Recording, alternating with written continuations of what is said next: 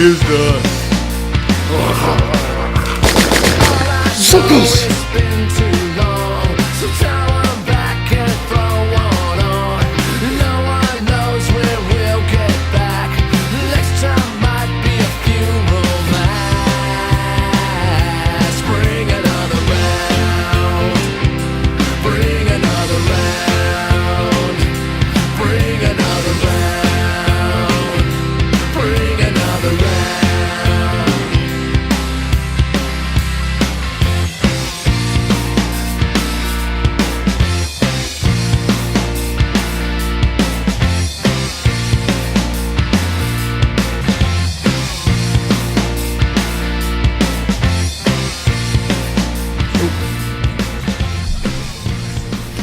Trying to sniff the beer, got a little bit up my nose. You think after 63 episodes that wouldn't happen anymore? Do you prefer the actual taste through the mouth or nasally? I'll be honest with you guys, I'm drinking like 4 beers through the nose a day. Well, Stevie Nicks style. Isn't that what her deal was? I read something with a nose. I don't know. I read that somewhere. She was down in a sixer of Miller Genuine Draft through her nose in the 80s every night. That's okay. Had foam coming out her ears. It was a whole scene, man. I did not know that. Speaking of weird stuff, I was awake the other night watching TV real late at night, trying to keep from getting sick. I always get sick this time of year. It's our big Christmas episode tonight. I had to miss it last year. Got so sick. Damn kids. Anyway, I was flipping channels and the WWE Divas, Total Divas reality show came on. Yeah. And you're familiar with it? Mm-hmm. Yeah. It follows around all the female wrestlers in their everyday normal lives. And Nikki and Brie Bella. Is there a theme song? I don't know what that was. I kind of liked it, though. What was that? No, Vince, copyright Tuesday Night Cigar Club. I think he just did a little freestyle. a little lingo for his 2 favorite female wrestlers. But no, I was like, you know what? I'm more of a Charlotte fan. It should be in. Well, she's a perfect example of what I'm about to say. Okay. She wears those huge, extravagant capes like her father, Ric Flair, and that's just bedazzled, torpedo tit tops and giant boots. I think there should be in their contracts where pro wrestlers have to wear their uniforms 24 hours a day, 365 days a year. Like you go to the grocery store, you see Bret the Hitman Hart buying Cheerios. He's got the pink unitard on, the wet hair, and the big silver shades. You're at Sonic in the drive-in. Undertaker pulls up in his hearse. Brett, man, get a towel all over the produce again. What do you think? I was just watching this show and I was like, man, her getting those mammogram results would be it'd be such a different thing if she was wearing like the giant spiked shoulder pads and the face paint and It would only be that much better if the theme music was accompanied it somehow. The theme music you just did? Well, no, I mean just they're they walk into the mammogram office and you can dance what you want to. Yeah. Wow. Like Stone Cold walks in and get his colonoscopy. It's all. Yes, you're getting it. Yes, that's what I want.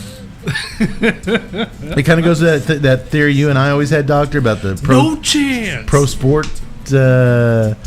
Why do only baseball managers wear the uniform? Yeah, it'd be funnier like if you looked over and saw Bill Parcells in a football uniform, like he's ready to come. Like Bill Belichick, like on the Patriots sideline, just wearing shoulder pads and like little tiny cleats. It'd be hilarious. Basketball coaches have to be in the warm-ups and the shorts. Dude, the Gundy brothers, just in these big baggy jerseys. And you do not want to see them in the basketball shorts. What about Popovich? I can see him taking it to whole new exciting levels. These are just fun ways I think would make society a funner place to live.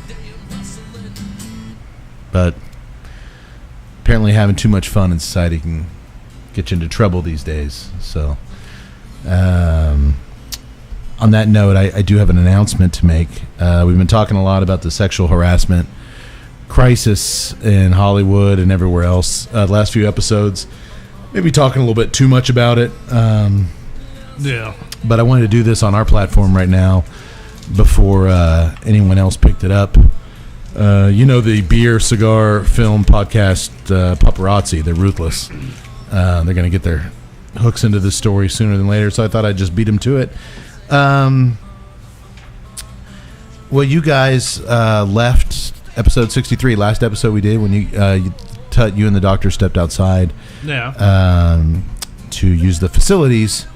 Yak Boy, my right-hand man who usually sits in the seat next to me, we went outside to pee?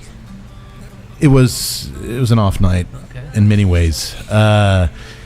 Yak Boy took that opportunity to stick his wang in my pint glass of beer, which, we drink a lot, we do crazy things, but this is something that's been happening since episode 1 pretty regularly, and I had to suspend him, so I sent him a sick show. You let him go? Indefinitely. It's an indefinite leave. We're going to do an investigation, which is basically me just closing my eyes and remembering him dunking his wang in my beer like 63 times.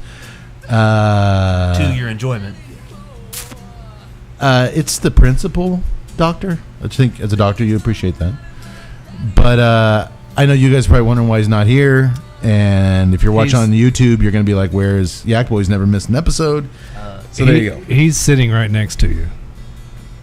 Right there. And you're right there. Here I am. Wang and all.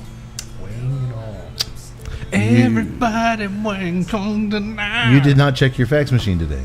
Once again, I have to keep telling you this. There is no such thing as a fax machine.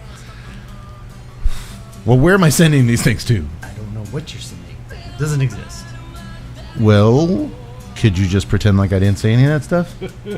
No, couldn't. It's hurtful. It was pretty I'm hurtful. sure it was. And Never- it's damaging to his I'm I sure have it was never consensual put also. my wang in your beer. You The did. balls, that's a different story. Hey, this could use a little spicing up. Classic he said, he said. Do the honors. Well, you know what? Your suspension is lifted. Welcome back, buddy. Thanks. I appreciate it. See how easy that was? Get that fax machine fixed. Yeah. Welcome, everybody, to the Tuesday Night Cigar Club, episode 64. 8 times 8. Yes? Check that for me. That's Is that correct? math. It is our big Christmas episode. Last time you're going to be hearing from us this year. We've got a double feature cigars and a double feature movies to go through with you. Bam and bam.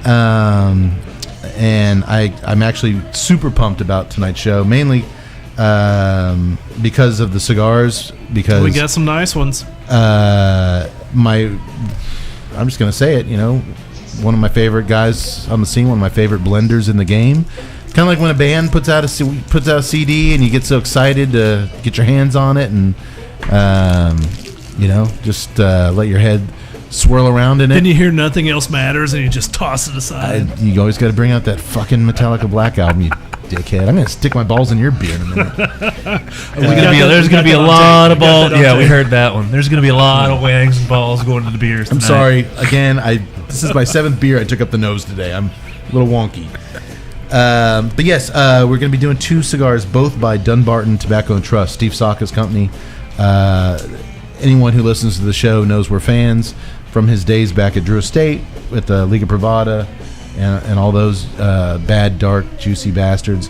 But mainly, we have been a huge fan of his Sober Mesa line on the show. Now you're making Saka theme music? Why not? That sounded just like your Is all wrestling. your theme music just a high pitched thing? Like, Drinking beer for the Tuesday Night Cigar Club. Run it by Steve, see what he thinks. He's gonna hate it. Writing with my pencil. But we've put the original Sober Mesa El Americano, then the reboot, the Sober Mesa Elegante and Cedros was, I think, number 3 last year. It was pretty high up there. His Mi Carita was number 1, I believe. It was number 1. With Sober Mesa being number 1 the year before. So basically, we have not disliked that's an understatement. Anything we've had from Steve. The man makes good cigars. He put out there. There's supposed to be 2 of these Muestra de Sacas a year. The first one, the Muestra de Saca Exclusivo, came out, I believe, in April. Yeah. We both had one, and I know you gifted some as birthday presents throughout the year.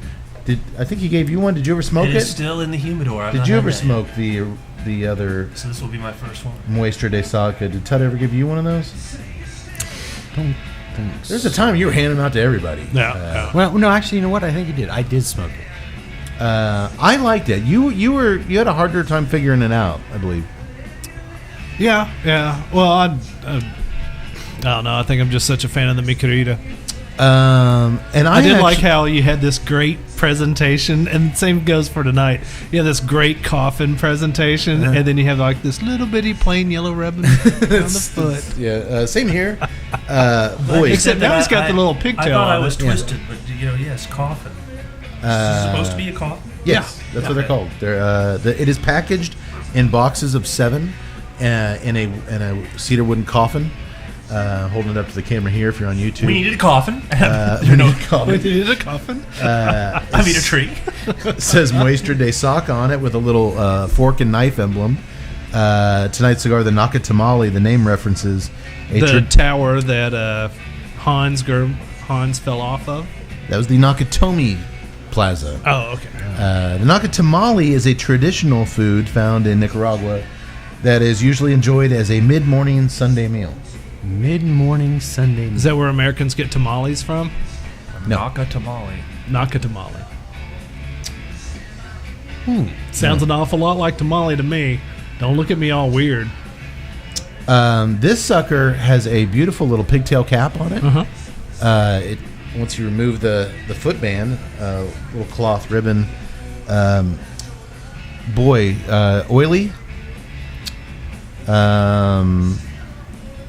I've got minimal veins, but boy, just slick. It is slick. It is slick to the feel. Slick to the touch. Perfectly, just a slight give with the fingers. I'm trying to get some notes, but I suck so much beer up my nose I can't smell a goddamn thing. The first release, Muestra de Saca Exclusivo, the sample of Saca, was released earlier this year in March. Like I said, I dug it quite a bit. It featured tobaccos from all 4 major growing regions of Nicaragua. It was creamy. It was nuanced. It was very complex. It was kind of more of a delicate medium profile from Steve. Here's what he has to say about the second Muestra de Saca release. And this is what makes this cigar so unique. For over a century, most cigars' entire filler recipes were comprised of just one farm's tobacco, and any complexity was introduced by extremely careful leaf processing, selection, and positioning within the bunch. Whereas these days we have hundreds of ingredients to work and blend with to create interesting and satisfying ligas. So the challenge was to see if I can make an old farm style liga, Viejo Granja style is what it's called, that could hold its own with the modern blends. So outside the wrapper of this cigar, all the filler tobacco and the binder come from one small farm in Nicaragua. It's an Ecuadorian Habano wrapper. And I looked, I couldn't find another cigar on the market right now that's doing the one farm blend. It's a pretty cool concept. It's funny. It's a pretty cool concept, but apparently it's an old traditional. It's an old concept. tradition. Just nobody's doing it anymore. That's cool. What are we waiting for? Let's light them up, boys. Sweet. We got 2 cigars to smoke tonight, so Get it going. Do you cut the pigtail thing any differently? Nope, just twist it off. You just twist it off. You don't cut it at all. You can do a twist, or if you'd like, just do a clean cut. Just treat it the same. Start with the twist. My pigtail was so small, I went ahead and just clipped it with scissors. There you go. Does that even give me anything to draw off of? Try it. Nope. I'm very frightened. Just take a draw through it. Cold draw through it. Nope. Got enough airflow? I think. Then light it up. Usually we're not quite so rushed into getting into the cigar, so I apologize, folks, for the 1 minute of just lighters clicking, and usually that's not the case, but we want to get right to things here. Man, this is riveting podcast stuff right here. Click, click, click, click, click.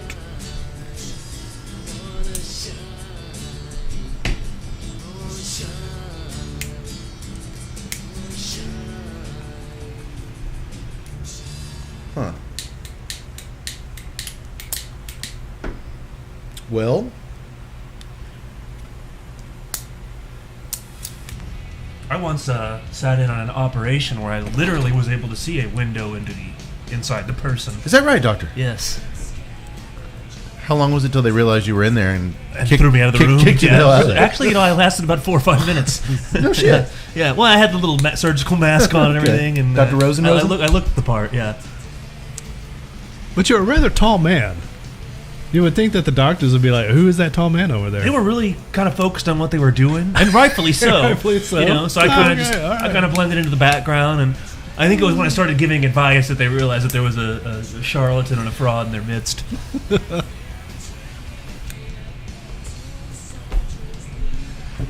Getting cinnamon almost immediately. I'm glad you said that because I was thinking gingerbread. I'm getting cinnamon. It's definitely cinnamon for me. There's definitely a sweetness, a rustic sweetness to it. Just the aroma before it lit up. I mean, it was just a hint of sweetness. Uh-huh. Like you just said, you light it up now. Now. It's right there. I don't know if I'd say it's cinnamon, but there's a spice there. But There is a spice there, but it's not. It's not like a I'm pepper not- spice or No, No, it's kind no. of going with like a French vanilla. It's a baking almost. spice something. There's So we're getting French vanilla, gingerbread. Wait, well, I'm it's not usually- gingerbread. I'm usually I'm wrong. having trouble. I'm Wait a having minute, guys. trouble. Hold up. I accidentally passed out the Christmas cookies. No. Sorry.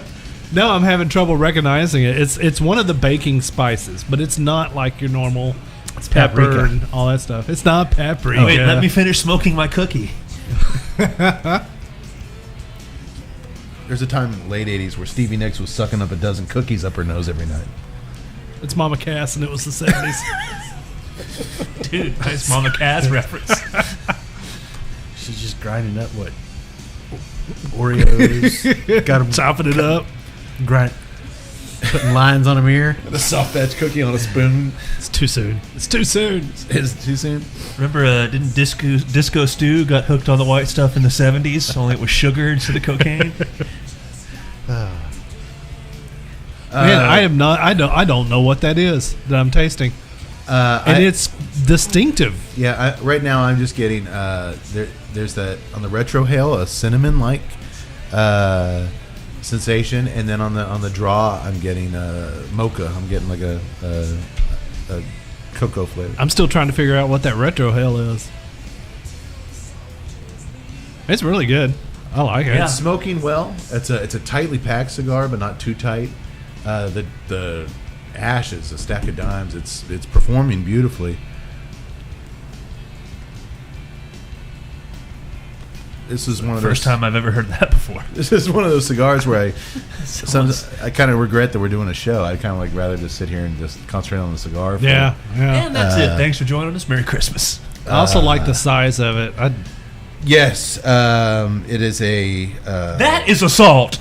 That is assault. 6x48. 6x48. Yeah. Me too. It's a good size. Yeah. And that little pigtail cap remind me of all the fun sticks Steve made at Drew Estate back in the day.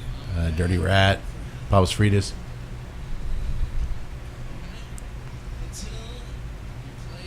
Yeah. Okay, well, let's come back to it. Yak Boy, we are drinking beer as usual tonight. Yes, we are. What are we drinking? We are drinking the Rahr Sons Brewing Company's Winter Warmer. Rahr It is an Sons. English strong ale. Our first Rahr Sons beer, correct? Actually, no. I think I thought we I did. looked it up. We didn't. I know. He I said keep, this that too. I He's keep like, thinking that we did. I think what we might have done is substitute. Like we ran out of one early on and we substituted it. Yeah, we haven't Why did you actually. try the trick question? We haven't Our even. first one, right? I looked it up. Yes. What did you say they call this beer in Fort Worth? In Fort Worth, it's called a Houston orange juice. I don't know what that means either, but it's funny.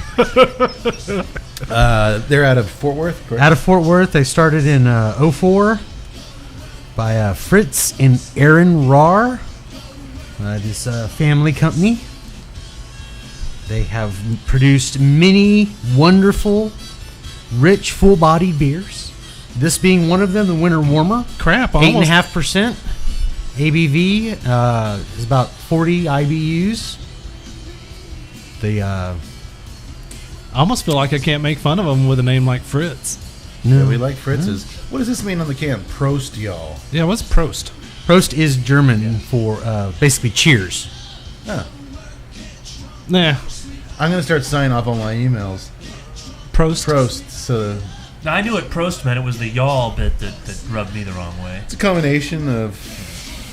And by the way, I gotta give credit where it's due. That was a variation on another line from The Simpsons. The rich Texan, he pours some oil on top of somebody's head, and he's all, in Houston, we call that a Fort Worth shampoo. They give Fort Worth a lot of shit on The Simpsons. So this is an English-style dark ale. What does that Assuming mean? that means they've been there. The style in and of itself, obviously originated in England. It's a big malt presence, and is usually obviously winter warmer. It is usually brewed towards winter. Like I said, it has a very big malt presence. The color ranges from sort of brownish red to almost pitch black. Hints of Coca-Cola in the color. Hints of Coca-Cola. I really like the combo. I took a sip and then took a puff, and I seem to get almost more out of the stogie. It is initially working well for me, too. But then again, it's far too early to tell. Oh, I'm afraid it's far too early to tell. You'll listen to him. What else we need to know about? Well, it has been probably produced since 06. So it's been one of their longer brands of beer. Yeah. So they have also they have another one which is similar to this, but it's barrel aged.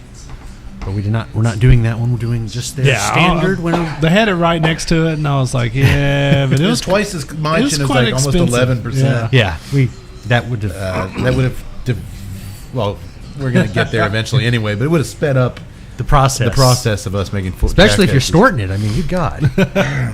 I'm not. Tonight's the last night I'm doing that. I'm not doing that again. I've been saying that for years. It's an easy 8.5 to drink. Man, it's just not really doing anything for me. It's a little too bitter for me. It's not warming anything up. Well, wait till he sticks his dick in it. Once again, it's never been there. It's called the Wang Warmer. If only that were true.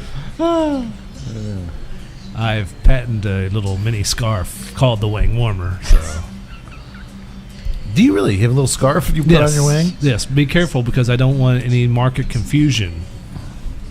Between our beer, the Wang Warmer, and Exactly. And the scarf. the scarf. I'm feeling a little self-conscious now. Well, Similar we name. got a giant wang being warmed over here with that scarf right now. Thank you for saying it was giant. No, I was calling you a big dick. Oh, that makes more sense. I'm sorry. You know what? You can stick your dick in my beer later. It's not the same if you invite Really, it. just I'm pretty sure this is the only place on earth you could have this conversation at a Christmas party. Well, you can have that conversation. You may not be long for the party. Especially if it's an office party. Yeah. Well, I mean, I'm not blown away by the beer. It's not objectionable. No. I'm not getting several of the things that the dark chocolate or the No. caramel. What I am getting though, and it's not because I laid off the beer. no toffee. I'm not getting toffee, but I am getting like a nougat taste off the cigar, like a Milky Way bar. Would you say that the nougat taste is robust? It's too early to tell. See what happened? Tried to inject a little something, just like I tried to inject it at the office party. Both times. I'm getting the rejection. I'm getting nougat on the cigar. I don't know what I'm getting.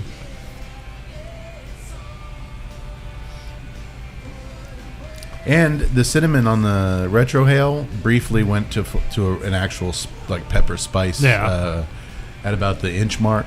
Yeah. And then right after that died down is when the chocolate and the nougat kind of came together. I feel like I'm in a Twix commercial.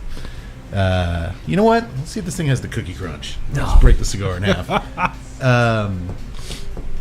don't know. It's interesting. I'm not going to even... I think it's awesome that it's got something that's very specific, and it's been there all throughout the retrohale, and I cannot put my finger on it. Do you like it? I do. That's why it's bugging me that I don't know. I can't label what it is.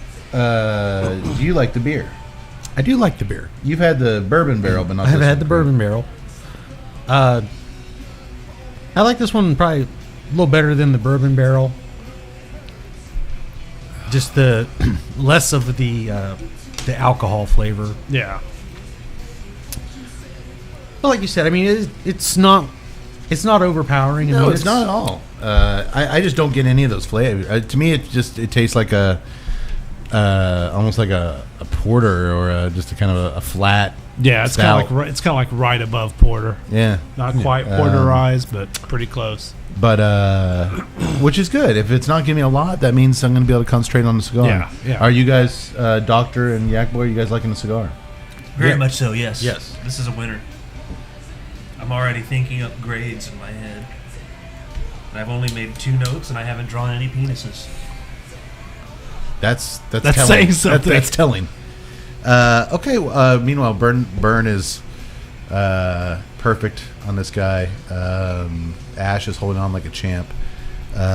So before we start the movie here, cinnamon, gingerbread. It's not gingerbread. Vanilla. You said, or you said vanilla. He said Instead vanilla? of French vanilla. I can't. French I still vanilla? can't quite put my finger on it, but I did say a spice, but not think it kind that of is. pepper. Just that it's A baking spice. can't figure it. It's like what he said. It's there, but I don't know what it is. It's there, and it's very distinct, and it's Yeah. there every single retro. Is it like a cookie? No. But is it not? Snickerdoodle. Snickerdoodle. Fig Newtons. Could he make a snickerdoodle if it's a cigar? That would cookie- be if sweet. It's a cookie, Newmans.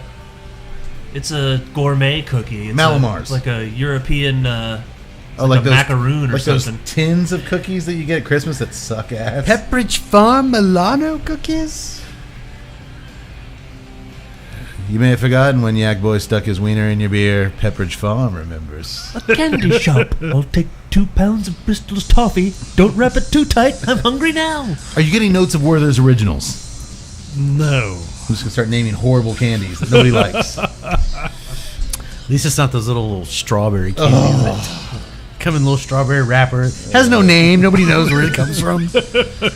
Well, here's the deal, boys. We'll come back. Got a bit of cocoa there. I got cocoa right before the nougat. I'm cocoa for Cocoa Puffs. Boy, unique to say the least. But we'll come back. Everyone, thinks they're so adventurous and controversial when they go out on a limb and say, you know what my favorite Christmas movie is? Wait for it. Die Hard. I'm pretty Expecting, sure. by now everyone acknowledges Die Hard is a Christmas movie. It's on everyone's Christmas movie list. I It's wanna not say- controversial at all to say it's a I Christmas actually movie. think that I was like the first person to put Die Hard on the Christmas list. That's such a tough thing to say. I never heard of it. I never heard anybody saying, "Oh, my favorite Christmas list is Die Hard." He's the guy I just described. And I was just like, you know what? Die Hard is a Christmas movie, and I was like one of the first in the forefront on this movement. And now that everybody's posting it up, now that Hans Gerber is a meme, I'm like, I don't want to. Well, I mean, if it's your favorite movie, you should probably know that his name is Hans Gruber and not Hans Gerber. But hey, ipso facto. He was It's the not- original Gerber baby. It's not my favorite Christmas movie. My favorite Christmas movie is Gremlins. Group of 20 nations. I should mention the doctor's wearing a blazer and a scarf tonight. So really, every time he just does the little move with his, he's not wearing cufflinks, but when he plays with his cuffs, we just get we're just drawn to him like he's saying something important. We should be listening to this man in a scarf. Well, if that doesn't do it, you got me beat, because my all-time favorite Christmas movie is Deck My Balls with Holly. That's your favorite Christmas move? Yes, movie. Oh. Yeah. Move. E. It was my favorite move until the Office Christmas party, which I'm not going to be invited back to. I love Die Hard as much as any, but the next guy, I put on Facebook, I paid 90-something bucks for the VHS tape back in 89 or whatever. I love Die Hard. One of my favorite action movies. Yeah. See, I'm with you on that. I never categorize it as a Christmas movie. I'm okay with classifying it as a Christmas movie, but when I watch a Christmas movie, I watch Christmas Vacation or Christmas Story. You might be like me to where now it seems like every schmuck who's like trying to be edgy is like, we're going to be Christmasing it up with Die Hard. Yeah, just like you and the 1,000 of other assholes out there. That was kind of my point I was getting to. So, what's Tuesday Night Cigar Club going to do? We're going to do a show on Die Hard? Yes. Oh, hell no. Oh. We're going to do a double feature on 2 Die Hard ripoffs. Yes. And if you remember, there was a 10-year period after Die Hard where basically blank take over a blank is the Die Hard on a bus, Speed, Die Hard on a plane, Passenger 57, Die Hard on a boat, Under Siege. Every movie in the world was just Die Hard, this formula. I love the fact that it had such a significant impact that everybody ripped it off. Well, for like it was also decade. one of the first kind of everyman. You see these schmuck producers too. We've got to recreate Die Hard. How about Under Siege 2? We'll put Seagal on a train. My God, man, that's genius. My uncle owns a pharmacy. Die Hard on a pharmacy. But these 2 movies I chose came out sequentially, 95 and 96. And much like the first Die Hard, they feature unlikely heroes. You got that right. Yeah. And unlike Die Hard, they feature just an inordinate amount of titties. Yes. You're welcome. Merry Christmas, assholes. The first film will be discussing... Well, there's a gift that just gives the whole year round.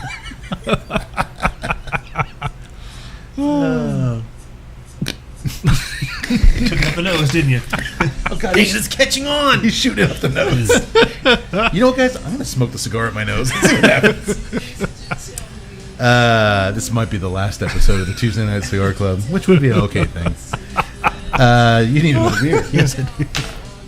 You know what? Just stand on your hands. I'll pour it right in your nose. That's what Stevie Nicks was doing in the early 90s. Our first film, 1995's No Contest. Directed by Paul Lynch. Mincy, I don't know if you know, he was the director of Prom Night, 1980.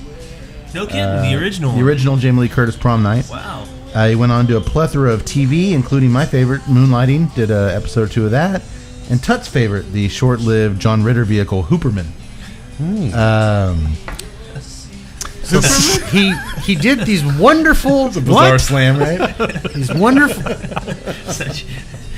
So how does I one actually go did with think this it was a wonderful film. Prom night, Prom Night, moonlight, Moonlighting, Hooperman.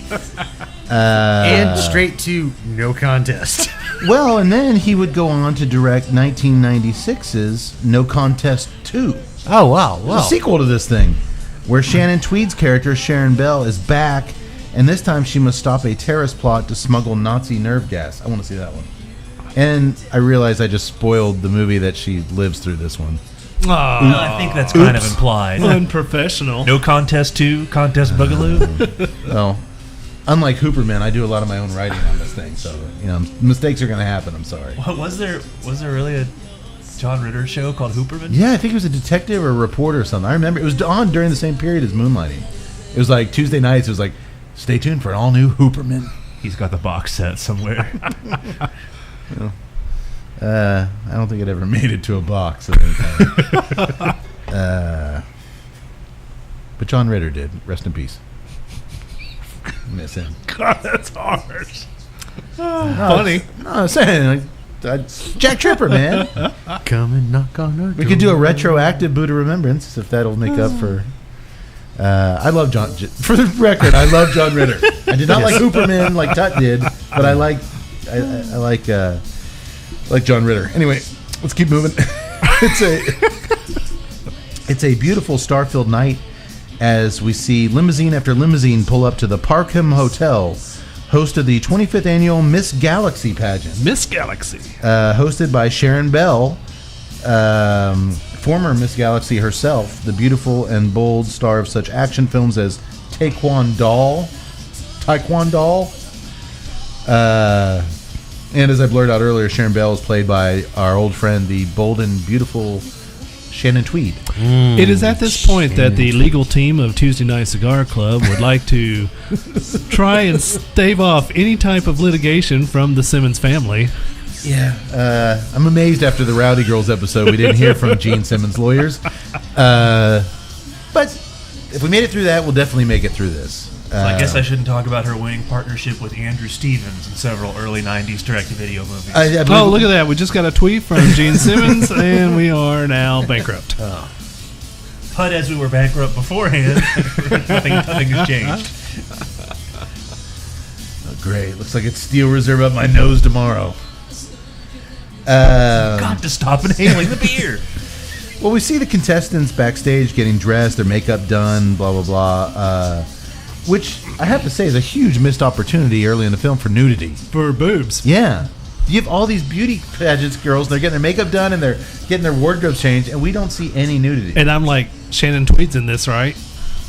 Well, she is, but she's the host. She's not changing. Well, I know that, but a Shannon Tweed movie. But most Shannon deserves Tweed boobs. movies would be like, will you help me unzip my dress? And they start making out. Yeah, I was waiting for that too. But no. As the 6 finalists take turns coming out to say a few last words, usual world peace, want to help children, that kind of stuff, we're shown several shady-looking characters, both in the audience, backstage, and up in the rafters. In fact, who's that guy up in the rafters looking so serious? Oh, man. Roddy Piper. Yeah. Oh, God rest his soul. Kate, you are a big pageant fan, are you not? You know what? I wasn't going to bring it up. And I like literally not just to...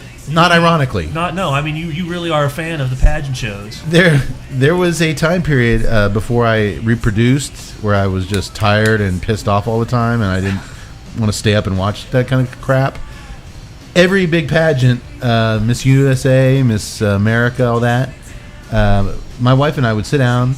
We'd have tablet, paper, and pen, and we'd write down, like, when they first come out, Your scores? Our score. I didn't realize you went that far. Oh, yeah, we'd make like our top 10. You had one of these for the... Yes. Well, later on, it would be our phones. We'd do our top 10, and then whoever made it, because they immediately knock it down to like 15. Yeah. And it was a big, I don't know why. I mean, I was on the childhood pageant circuit in the mid-'80s, but... No, you weren't. Well, no, I wasn't. But you can imagine what it'd be like if I was. No. I can't imagine it, and I don't want to. That's it. Nose in my beer. Yeah, I wasn't gonna mention, but yes. It was Ripley's Believe It or Not. How many beers can he stick his wang into? So yeah, Roddy's up in there, just kind of leering down at the action on stage. Oh, get used to that leering, because he's going to do a lot of it. As the Nobody final, could leer like Piper. As the final finalist comes, that sounds weird. Final finalist comes out on stage. Miss America. We're introduced to her eagle-eyed bodyguard Crane, played by one of my all-time favorite action film presences, Mr. Robert Davey, Love this guy. who of course was in the original Die Hard as Special Agent Big Johnson. Yes. The two, he and the black guy, Johnson and Johnson, no relation. Little Johnson, the helicopter, the FBI guys. Makes you wonder if they were like, all right, here's your script. I don't need a script. I know exactly what I'm doing. He was also in one of our old favorite Arnold movies, Raw Deal. That's actually my favorite performance of his. And recently he showed up as the Russian weapons dealer in Expendables 3. The guy, he had like a fedora on. Yeah, I think so. Not Yeah. forget, man, one of the Fratelli brothers in Goonies. Hell Goonies, yeah, yeah, man. that's Him and right. Joey Pants. Very good. Come on, I thought you were a real opera man. I don't know the words. Have you seen the sweatshirt he's wearing tonight? It's a different language. Come on, man. Just Give throw me a out break. Figaro or Figaro. Well, as Sharon Bell tells the cameras that they are taking a short break so the women can put on their specially designed evening dresses. Yeah. Whatever that is. What does that mean? Specially designed. Custom made. It was specially designed for the Did show. y'all notice, though, as she said, specially designed evening, did you see the camera go down to her tits? Yes. It was like very purposeful, just drop. It just lingered on her boobs. That was weird. Was it Not- weird? Not bad weird. Just all right, director Paul Lynch, I got my eye on you. Just for that move, Paul Lynch is forgiven for Hooperman. he gets a pass now. We also see a cargo van sneak into the hotel's underground garage while all this is going on. Something's amiss, boys. Something's happening. By the way, did you check up on the voice in the sky, the announcer for the pageant? No, he thinks it was the Running Man announcer that was announcing this I really galaxy. do think so. It sounded a lot like that. I kept waiting for him to go, the Running Man home game. The facility where this is taking place looks a lot like the Running Man stage and It does. and audience. Yeah. This would be 10 years after the Running Man, give or take. But He never left. he never left. I'm still here smoking The cigarettes. Phantom of Running Man. Well, I mean, if Shannon Tree was like, now can you hear? Shh. It's pageant time. Little dancers come out. Well, there's something very... Well, I'll get to it in a minute. Well, two dudes exit the van in the garage and head backstage, just as Sharon Bell has convinced the stubborn and overly curmudgeon Crane to give up his bodyguard duties for a few minutes. Give Candy, Miss America, who he's protecting, some space. You're stressing her out. You're hovering. And he agrees he's going to step out for a cigarette. Crane hobbles off with the help of his walking cane, just as the two mysterious van guys blow the pageant security guard's brains out and make their way in. Well, that security guard, poor Joe, was supposed to buzz Crane back in from his smoke break. So now he's locked outside. He's crippled. Yes. He's leaving his assignment to grab a smoke. He's pretty old. He is a And horrible run down in bodyguard. general. Who hired this guy to be a bodyguard? I'm the best. I was waiting for him to just stand there and his arm fall off. I'd like to talk. Crane, I'd like to talk to you outside about the assignment. All right, give me a minute. Give me a minute. So, you know what? You're right. I could use a smoke. Takes his oxygen tank out. Oh, God. He just snorted his third beer. And her dad's like a rich senator. You think he could get the best of the best. Well, this is who we got. Crane's basically one step away from being a member of the Tuesday Night Cigar Club. We welcome him. Yeah, he's always got. He's got a little bit to go. Yeah. Snort a few more beers if you know. Well, as Crane struggles unsuccessfully to get back in the hotel, imagine that. To open the door. Can't get in. The two mysterious men walking around start killing every crew member in sight. They're just shooting everybody with their silencers. Anybody that come backstage, no mercy. They just blow them away. Well, the one standard issue white jumpsuit terrorist guy does all the killing. He's accompanied by a snappily dressed cohort in a blue suit who just calmly kind of barks orders at him. I didn't recognize him. He's got that wonderful, first, wonderful hairpiece. He does have a obvious wig on, but I honestly, it took me a second to realize because he looks so different. Who is this mustached mastermind? And by the way, the wig and the mustache are both fake. It's the Dice Man. Oh! It's Andrew Dice Clay. That's the only reason I was looking forward to Who this really episode. should have been tonight. hosting beauty pageants. Or- That would have been awesome. Oh, dude, the stuff he says on stage. But here's the thing: he's billed. I think he was going for a different. He's billed in this movie as Andrew Clay. He's trying to be. I wondered why they didn't have the dice on there. Yeah, It's a shame that he didn't Andrew go Clay. with. Yeah. Yeah, this is about, late 80s, heydays over with. He's trying to forge a career. See, that's what's. And I'll just go ahead and say this now instead of the end of it. Man, he must have been a big asshole to work with because there's talent there. There is talent there as an actor. There is something cool about him on the screen Yes. that works for me. Yes, he has a great screen presence. I always thought. I love Ford Fairlane. Yes. Even his small bit in Pretty in Pink is memorable. Yeah, so he must have just. But it is a very niche. But there's still a lot to work with there. I think that Yeah. even if it's a niche, there's enough. I could have there's seen a enough lot of market roles like share. this. I could have seen a real movie bad guy. Yeah. You can see him trying to do something different than Yeah. Dice. Yeah. He's trying to be this cool, like. It was fine for And me. he actually does not a decent job at it. Yeah, it was fine for me. Every It would've once in a been great while, if he he'll had break. melded the two, Every once though. in a while, though, he you can feel him kind of like break out. Oh, Miss North Dakota, I got your Bismarck right here. Well, Crane, they kill one guy, and he barely pushes open the exit door trying to escape, and Crane sticks his cane in the door to sneak back in. They should just name the guy Kane, right? No, that's a little on the On nose. the nose. He's probably barely 50 when they make this movie. All right, guys. In the script, this Kane character, it's a little. What if we called him Crane? Oh, all right. What if someone jokingly called him Kane? Well, Crane is able to sneak back inside just as Miss France is declared the winner. And to the entire production's surprise and confusion, Dice Man walks out on stage with the flowers to hand Miss Galaxy her winning bouquet. Did you win the Dude, beauty pageant? That horrible theme song, Miss Galaxy, Miss Galaxy. It's just over and over. There you are, Miss Galaxy, standing on stage, Miss Galaxy. It's like the cheesiest. So Dice says, "Would you stop that awful song? Cut that pathetic music." And everybody's like, "Who the hell is it?" The guys up in the booth are like, "What the hell? What's going on here?" And Dice says, "I apologize for interrupting this awful production." And everybody's like, "This isn't in the script." Which, by the way, he's like, "Kill the the guy up in the booth's like, "Kill the cameras." And then the guy working behind him takes out his gun and kills everyone in the booth. He's in on it. Yeah, he's in on it. They've taken over the pageant.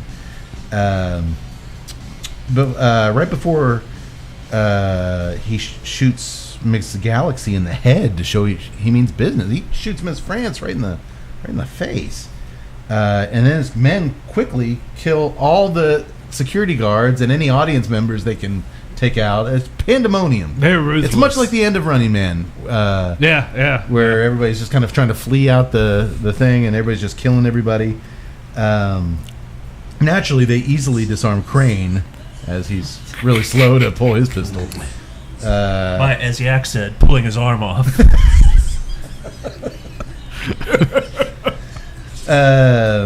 As Dice makes his way to the penthouse where he will make his demands, tons of audience members flee for their lives, while the contestants and the show's hostess, Sharon Bell, are herded away by armed goons. Within minutes, the bad guy's tech nerd, Cal, it's basically Die Hard's Theo with a man bun. With a man bun. Before man buns were a thing. Has the entire hotel locked down. You see all the doors shut. So within seconds, this place is completely locked down. Die Hard. Which, when Die Hard when style. you first see this guy, I was like, man, couldn't figure out why I recognized The him. kid? Yeah. Yeah. Who is he? Well, much later on, he would play. He's our age, probably. Yeah. The Ray Stevenson Punisher Warzone. Who was he in that? He was the kid. There was the two main bad guys, Ink? and then there was their two followers. Ink? He was the What's his young. name? He was the son. It was the father and son. He's the one that basically the Punisher punches right in the face and kills him. And I was like, I couldn't. Punisher kind of did that to everybody. Yeah, it was. But I couldn't. I was like, I was staring at this guy. I was like, man. I was like, why do I was like, I recognize him, but I couldn't figure out why. It took me forever. Well, hell, that was 20 years later. I know. Real quick, guys. So yeah, basically, our Die Hard scenario has been set up. Terrorists have invaded the pageant. Before we move any further, we'll start with Tut Cigar. It's transitioned. I'm getting a little bit more bread towards the. I'm not quite at the midway point. But yeah, I'm getting a little breadiness to it. On the retro hell. What about on the draw? Oh, I just retro hell now. You can't retrohale without drawing it into your mouth. I've Are you seen it smoking done. a cigar through your nose? I've seen it done.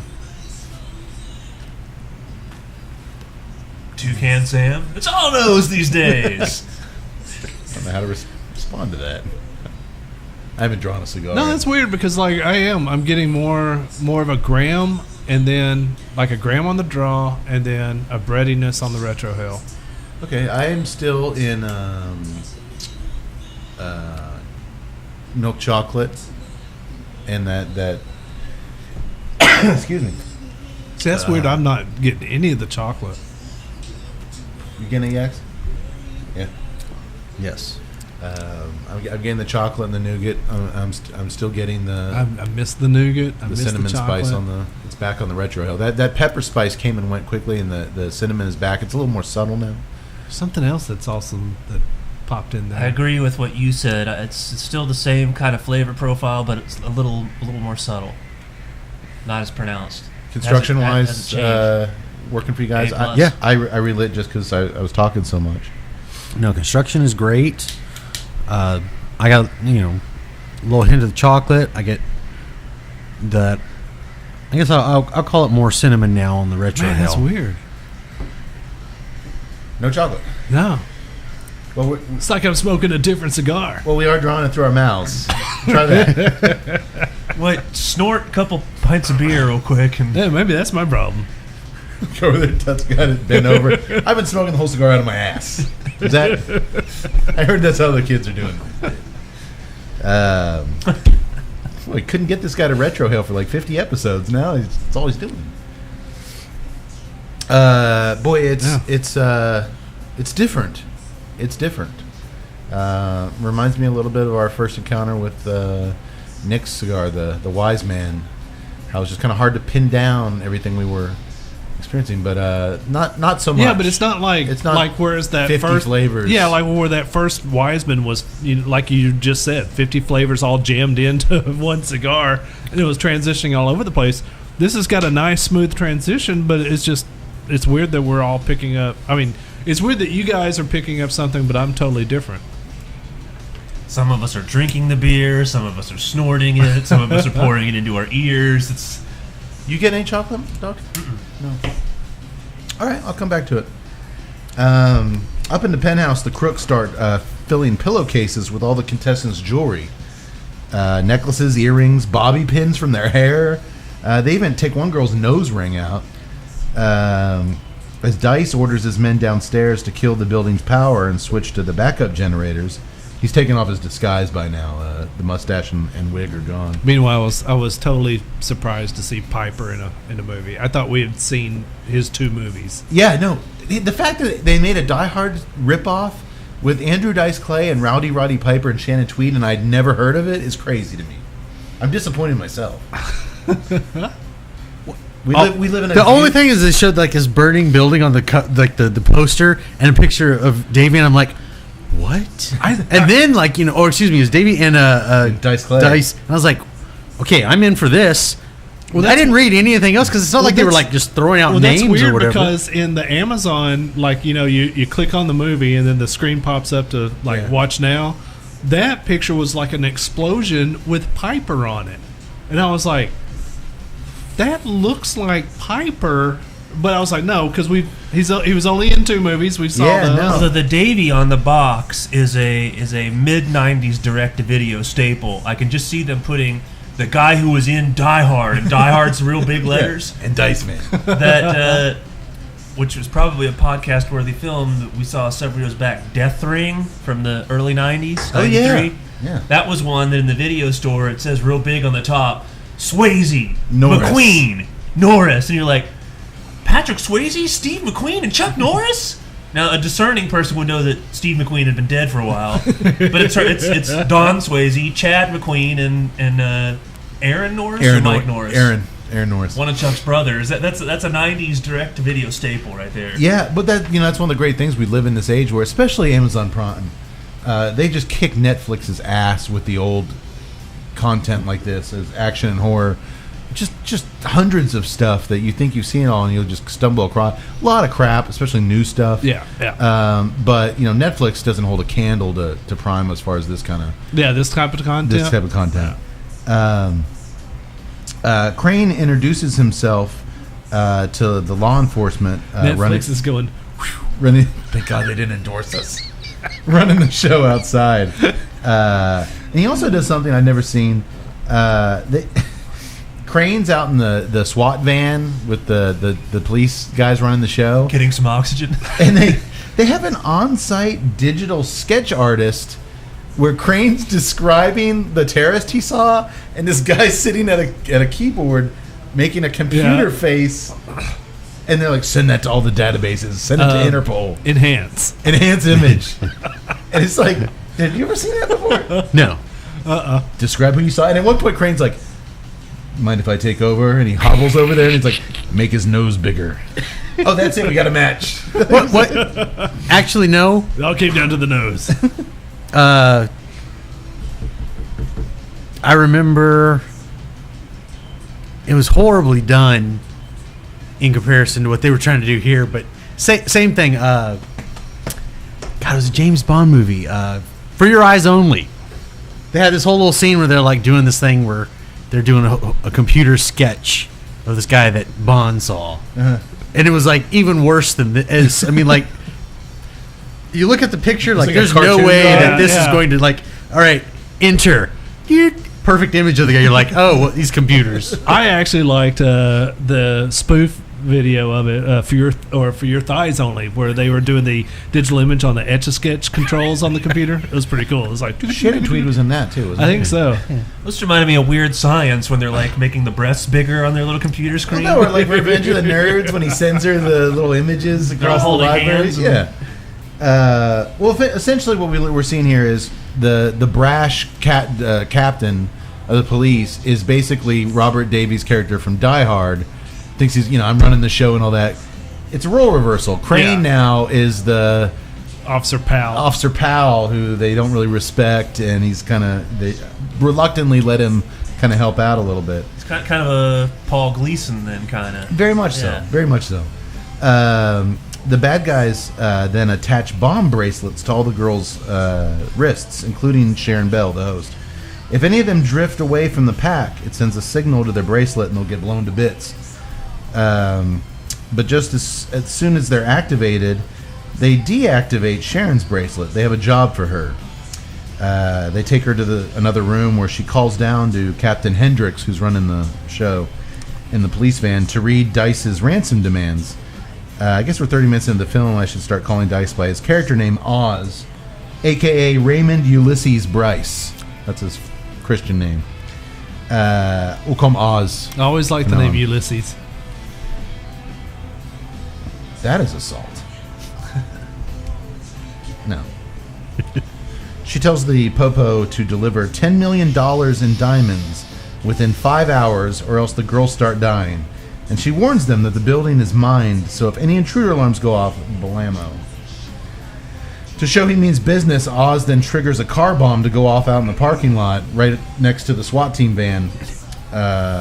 Because I know exactly where they're going to park, next to this car. When dealing with Oz, Crane advises Hendricks, don't show your fear and don't bullshit him. To which Hendricks screams, you're just the bodyguard. I'm the goddamn captain here. Once again, this was an opportunity for Dice to revert to Dice Man. Hickory dickory dock. You fucking cops are on the clock. To his credit, and the movie's credit, he plays it straight. But yes, I would like to see a lot of that. But you can tell, am I right? Yeah, Crane and Hendricks are going to be button heads all night. Yes, they are. They sure are. Well, all this is going on. You cannot recreate Paul Gleason. No, you cannot. While all this is going on, the mercenary thugs are led by Ice. Roddy goes by the name of Ice in this movie, and they are mentally torturing the contestants.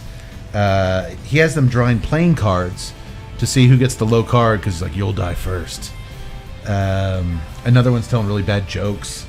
Women are like floor tiles. If you lay them right the first time, you can walk over them for the rest of your life.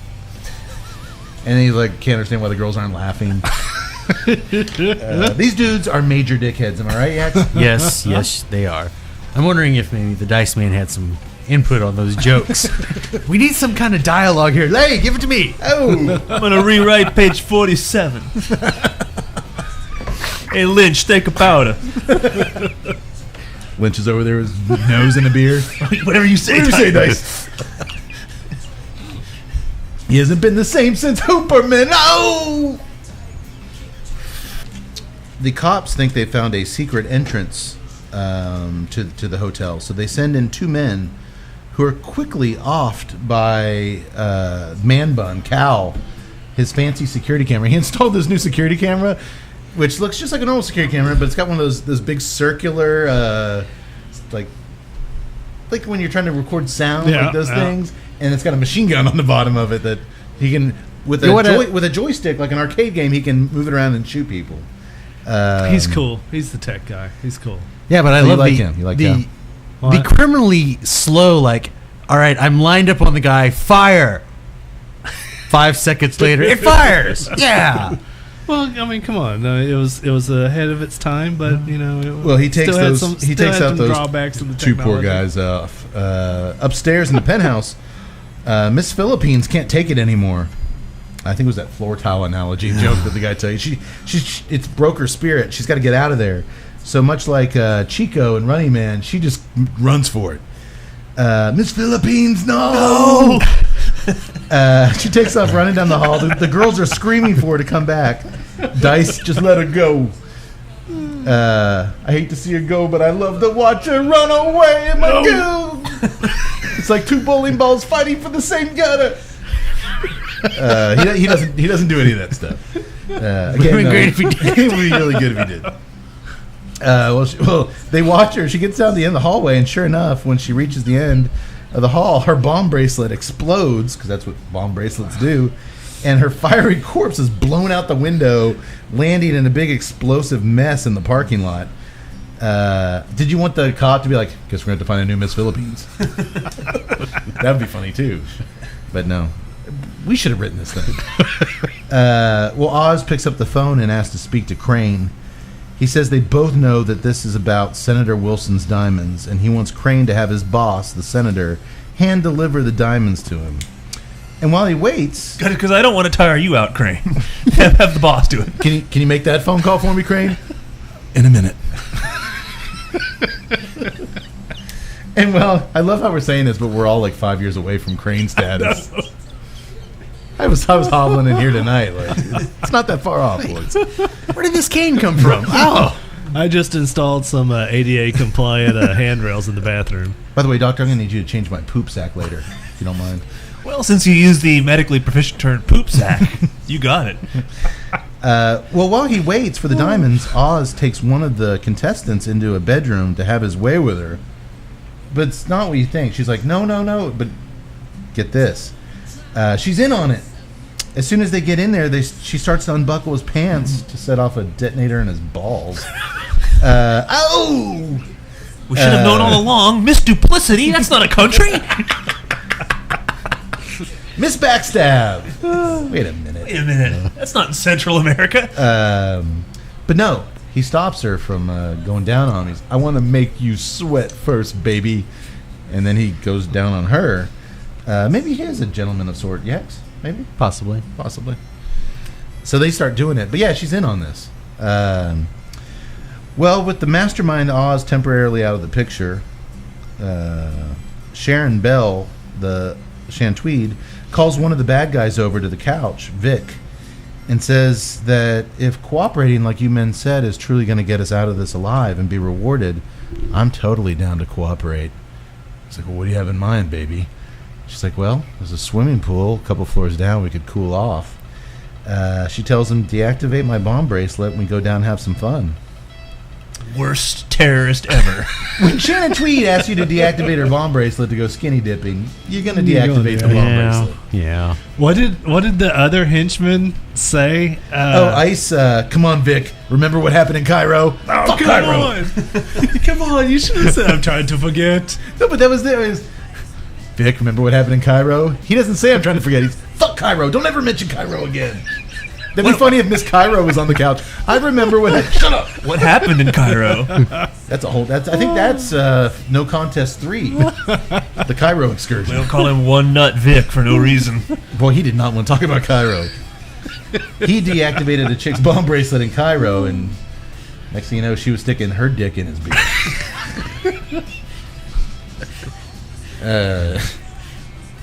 Call it a Cairo sunrise.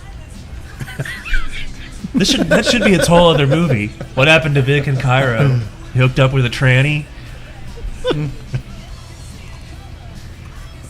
So it turns out that Vic should have listened to Lee, or Ice. I'm sorry, my handwritten notes. Vic should have listened to Rowdy Roddy because as soon as they're down at the pool, and he tells Sharon that he likes it rough, the Taekwondo doll herself kicks his fucking ass.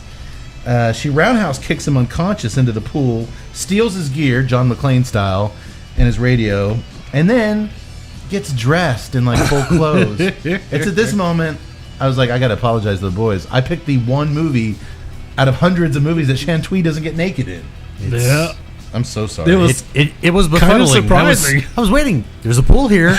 There's going to be some nudity. Well, there's like a whole montage now where she is Bruce Willis, John McClane. She's crawling around in air vents. She's talking to the cops on the thing. She's, they make no bones about we're ripping off. Yeah, we're Die ripping off Die Hard. All she needed was a pack of European cigarettes. Yeah. Well, Taekwondo knows what's good for her health. You hear that, Gene Simmons? Said something nice. She can always borrow one of Crane's later. I was waiting for her to be like crawling through the air duct. Come out, host the pageant. Yeah, come on out, host the pageant. It'll be good. We're not going to get any nudity from her whatsoever. I could kind of hear like the three you horny bastards screaming into the night, like, no, fuck you, Kate. I'm like, sorry. It turns out that Vic wasn't dead in the pool. She broke his nose, but he came to. So he finds Cal and the other tech guy and orders them to help him kill Sharon. But don't tell Oz. He'll bring up Cairo again. That might not be so easy, Cal says. He's seen her action movies. She's like a Bruce Lee with boobs, man. But even Bruce Lee with boobs needs help with the tech stuff. So once Cal remotely activates her bracelet to explode, she radios down to Crane for help, and he walks her through how to, take some string and MacGyver her bracelet. All right, tell me what your bracelet looks like. Oh yeah, 1037. I've seen these before. You want to tie the blue wire with the shoelace. It's a very riveting scene. I've worked on a couple of these myself. There. I accidentally stepped in one. Got around my ankle. Was this in Cairo, Crane? Shut up. Fuck Cairo. Fuck Cairo. Well, she tosses it off, and boom. She tosses it off right where it kills the treacherous contestant who just got done banging dice. And she's like walking around the hotel, and it blows her to smithereens. I think, was she Miss Puerto Rico, maybe? I don't know what country she was. Anyway, this sends Oz into a tizzy. His favorite gal just got blown up. And when he confronts Vic down with the tech nerds in the computer room, he pulls out his gun to shoot Vic. He's had it with his antics. First Cairo, now this. But clever Vic, he learned something in Cairo. He somehow now has rigged the whole building to explode if his pulse stops. He's got to watch that. Dead man switch. See this little heart right here? It's a dead man switch. And on the computer screen, there's a little digital heart. You wonder why the other tech guys, hey, what's the heart over here? I don't know. Just leave it there. Well, no, Vic gave them a floppy disk at the beginning. He was like, hey, Oz wants you to download this into the system. He's like, what is this, man? It's disk sector. Crane's, good idea. I'll put one of those on too. You could keel over any second. It's antivirus software. We don't want to get viruses. Hey, you think Cal would have been a little more suspicious of that, perhaps? They would Being have a talked tech about, expert. They You know would have what? maybe discussed that in the pregame. If Oz wants it, it's got to be good. Remember, at this point, the newest to market video game system was the Super Nintendo. Yeah, it was around that time. Well, Oz then... This Madden 94 kicks ass, man. Well, Oz is like, all right, I can't kill you. So he starts shooting him everywhere that won't kill him as Cal works on breaking the code. He shoots his kneecaps out. He shoots his arm blades off. If my heart stops, so your heart doesn't have to stop, chop his legs off. It's like I've seen in RoboCop where they're killing Murphy. Like, his arms are, he's just completely in pieces. And finally, Cal breaks the code. So Oz puts one last bullet in him. I will give major props here to No Contest.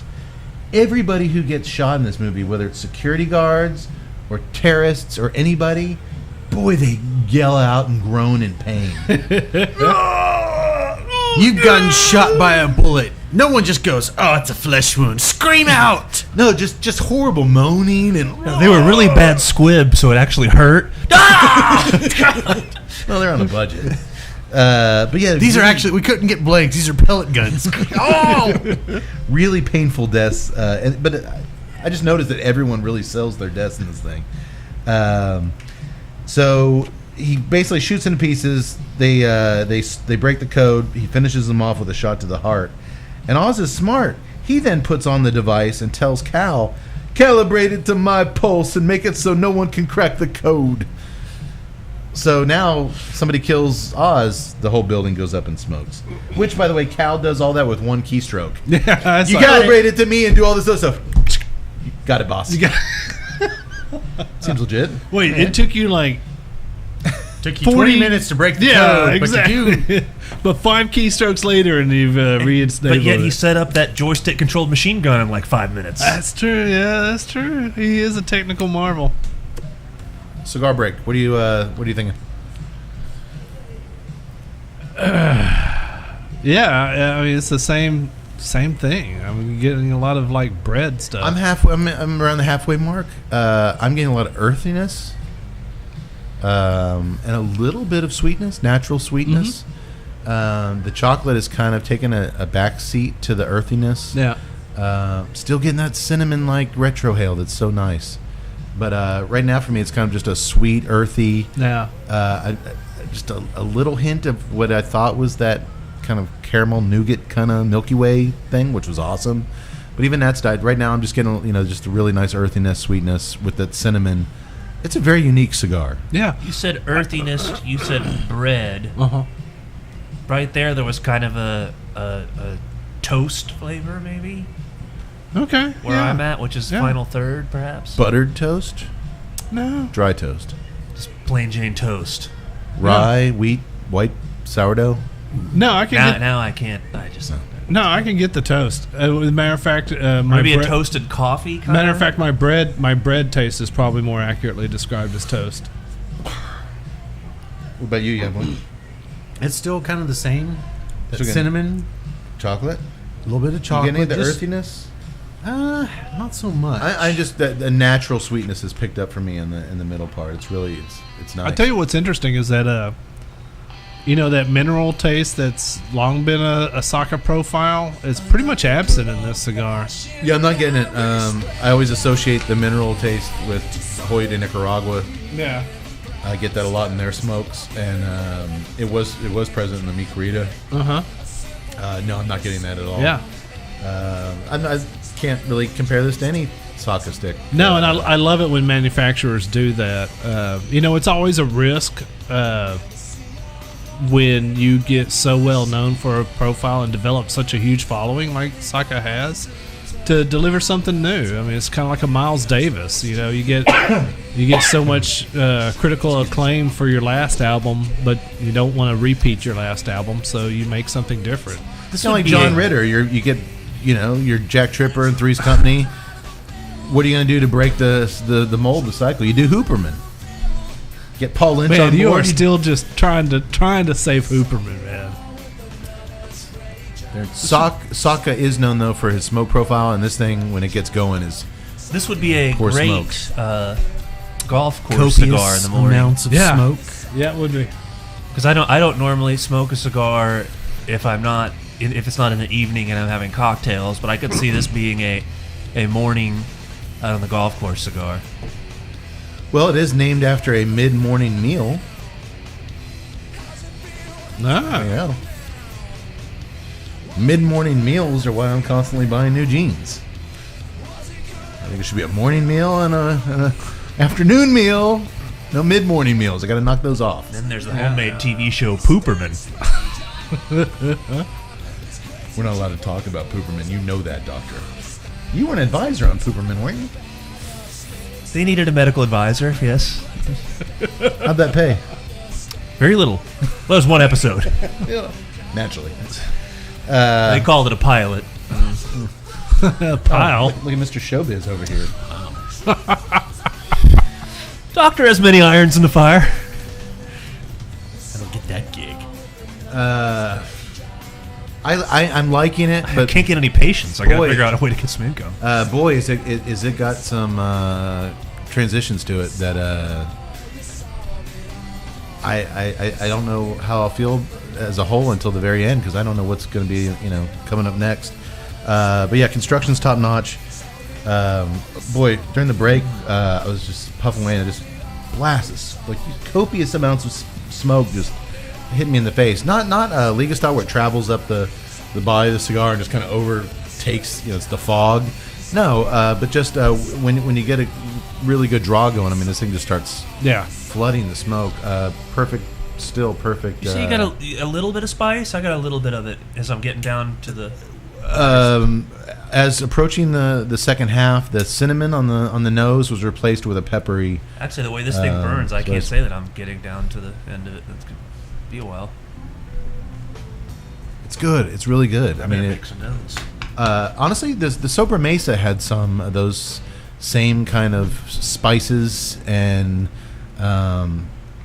associated with it. What I liked about it, the original line, not the Encedros or the Short Churchill that were stronger. The original Sobra Mesa. I like where you're right. It did have a lot of the similar flavors, but this has a little bit more meatiness to it. I will say this too. My fear going into this cigar was, with all the interior tobaccos coming from one small farm, my fear was a lack of complexity. Which he says, though, the key is take those tobaccos and the arrangement within the binder to make something that is complex out of a limited resources.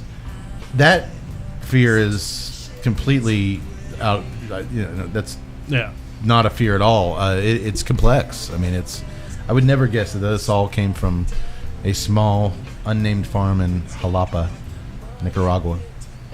I'll come back to it. You need a beer, Doctor? Beer? I think so. The beer is just very one note, and It's a beer. It's a beer. It's beer. Yeah, it's beer. But It's a Guinness. It's what it's... No, it's not. well, I mean, Guinness does that one thing so well. This does one thing. It's not bad. It's not bad. It's not. Oh, I thought sorry. It's like, come on. Sorry. Okay. This is just like Cairo. Well, I'll come back to it. Fuck Cairo. I'll say this: as you're smoking, if you get something that we haven't discussed before, or it takes another turn, stop me. Tell me. Okay. All right. Well. Uh-oh. Foaming. Oh no. Hey. Wow. Prepared. Hold on. I'll stick my nose in it. We'll snort our way out of this. Oh great. Cody's sticking his wang in it. It's like a straw. I've been utilizing my wang as a straw for... What's wrong with these guys? No wonder Beer Advisor won't take our ratings anymore. When I first dangled my wang into the pint, you guys are out of here. You guys cannot post anymore. Especially your pictures. I give it a 4 on the cock scale. Tut? More like a 3.5. Remember those beers we had in Cairo? How How can I forget? Well, Ice, Rowdy Ice, tracks. Just me and Cody coming out of car. Just Wrap this on your sore balls. not a scratch, not a fucking scratch. He offers him that whiskey. Little taste of home. Yeah, let me get my dick out. I was thinking you could just drink it like a normal person. Not Little taste of home. All right. put the flask up his nose. Makes Cambodia look like Cairo. Fuck Cairo. Well, Ice, I wonder Rowdy why our Roddy. female demographic is like 2%. We have a female demographic. No, not anymore. Rowdy Roddy tracks Sharon down in the hotel kitchen, and they have a pretty fierce hand-to-hand combat battle. Well, it's totally unbelievable that she's holding her own with Roddy Piper. How is she supposed to? Because I mean, he like just picks up knives and he's like throws them and they stick into pots. He's got gigantic upper body strength. But it's like a steak knife, and it like just sticks into like this metal pot. I saw him pile drive her tugboat back in '89. You never see anything like it. And then of course, the next one Nice into a tugboat ham. reference. Well, who left the ham out? Yeah, that's Oh wait, true. they killed the guy before he could put it up. Actually, I thought about that too. When he threw the thing and it stuck in the ham, I was like, "This is supposed to be this brand new swank." And by the way, they say it's the only hotel in Los Angeles that still has their own pastry shit, their own private. Yeah. They're hyping up this Was kitchen. this Key Largo? I think they should have like builds up to it. As soon as like all the action started, you should have seen that guy holding the hams. He drops them and runs away. So you knew why the ham was there. The contestants of Miss Galaxy like nothing more than a plate of fresh ham after I'm this. just saying, who leaves a giant ham out all night? But I mean, We do after we stumble into the what I can't figure out show. is he just stuck a steak knife into a pot. It should have just the ham should have exploded. I'd like to explode her hams. Am I right? No. Well, she does somehow hold her own with him, and they play it totally straight. They're exchanging blows. Yeah. Like she's taking hits from Roddy, and she's not going down until she's got to do it. She kicks him in the balls, and he played it totally straight, but he had to go full Piper there. Cross-eyed. He sold it. Wrestling cell. Sold it to the upper seats. He did. He totally sold the upper seats. I really wanted her to like out of nowhere, like just a folding chair, like. Dude, when his eyes crossed and he did that classic Piper, just I was like, all right, well, he couldn't help himself. But that's what's funny is that like nowadays when a wrestler's in a movie, they have to do some sort of signature wrestling move. Either it's got to be a spear or a power bomb or something like that. Piper never really did much of that. He did like in Hell Comes to Frogtown. I think he did like a kind of a suplex type deal. Dude, they live. He wrestles in an alleyway for like 10 minutes. and then they totally like. Those full are only 2 Nelson. movies. He's done in every movie. I noticed that Piper never really does it except in all the movies that he's in. Point, counterpoint. I never saw his guest turn on Hooperman. All right, I'm writing a note did. that That was a Paul Lynch episode. I was mistaken at this point in time. We need to make up this movie. Go back to that fight scene. Stretch it out. Add a few minutes. How many? I don't know. Fight scene's 30 seconds. Add 10 more. We're going to need 5 more hams. Do you have a budget for 5 more hams? Because I don't. I was waiting for the guy to come back in. No, the ham. The knife sticks in his chest. Oh. Little intern walks in with some Oscar Mayer ham cold cuts. It's the best I could find. As Sharon's back on the run, Oz is losing his shit upstairs in the penthouse. He can't get over how easy he let Vic off. He shot him like 20 times. Yeah. That fucking maggot, that little cunt. Like, it's kind of dicey. Like some of the, but it's just really bothering him that he didn't torture him more. He starts banging his gun against the bar, breaking glasses everywhere. He's throwing a full-blown baby tantrum. Just goes nuts. I kind of liked it. It was kind of cool. Did you ever notice that from the beginning? I should have mentioned this earlier. These are the TNCC terrorists. The first thing they do once the building's secure is they start drinking. Yeah, they start making cocktails. They're all having shots and martinis. Like, well, first of all, they're the we're gonna need to get the $10 million and plan a really, quite elaborate escape. Martinis, anyone? Drinks? Well, apparently Well, you can't make plans without, the you lead know, terrorist doing is this. so secure in it. Let me go have some sex now. Well, not only that, they do the total TNCC move when they're on the phone with the police. We're going to be up in the penthouse, all four of us, right in the... He tells them where they're going to be in the hotel. All right, just Next to the place your giant rocket windows. launcher I'm right looking in- down at you right now. me right here. Here I am. There he is. Kill him. I'm wearing the blue suit to match my blue eyes. What's he say? And I got a black gun. I got a black gun The that match- matches my black shirt. But pretty soon I won't have blue balls. Oh! Oh, thanks, Miss Puerto Rico. Sharon has now made her way down to the parking garage. Remember that scene in Die Hard where McClane is surveying the damage to his feet after walking across the broken glass? Of course, everybody does. Well, there's a comparable moment here where Sharon lifts up her pant leg to reveal a slightly bruised ankle that's causing her some discomfort. She lifts up her pant and like her ankle's got a little red mark on it. She's like, Bruce Lee with boobs, guys. Bruce Lee with boobs. Well, after fixing her radio with It some... would have been better if like her bra was getting too tight. She's like, ugh. Well, here's the thing. Her radio broke, so she steals some car parts and makes a new antenna for her walkie-talkie. Oh, yeah. She learned that on the movie set, I guess. Learned this on the set of But- Cut Taekwondo. But she notices ninjutsu. Work on that one. I'll have a funny ninja name. Gave here. new meaning to the movie Enter the Ninja. Oh! Enter the ninja repeatedly. All right, I think we saved it, boys. I think we saved it. Good. Well, after fixing a radio with the engine parts, she notices that the van itself is loaded with plastic explosives. And then one of the bad guys shows up with a machine gun, and she's forced to kill him. Now she has a machine gun. Ho, ho, ho. Actually, no, ho, ho, ho. Ho, We haven't ho, seen ho. anything. She calls Crane, and they have this juicy exchange. He's still out in the police van. Crane, if you were told you'd be dead by morning, what would you do? They're trying to play it like the pal, McClane. They talk. Absolutely. He says, I'd spend the night with my ex-wife. Why? Because that would guarantee it'd be the longest night of my life. Would have been better. For her, too, Would I'm have been better if imagining. he just said, like, I might be dead by morning. I'm not doing so great out here. That kid. walk from the hotel to this van really did me Did y'all notice that when he got shoved out of the hotel, he was on the ground, somebody kicked him?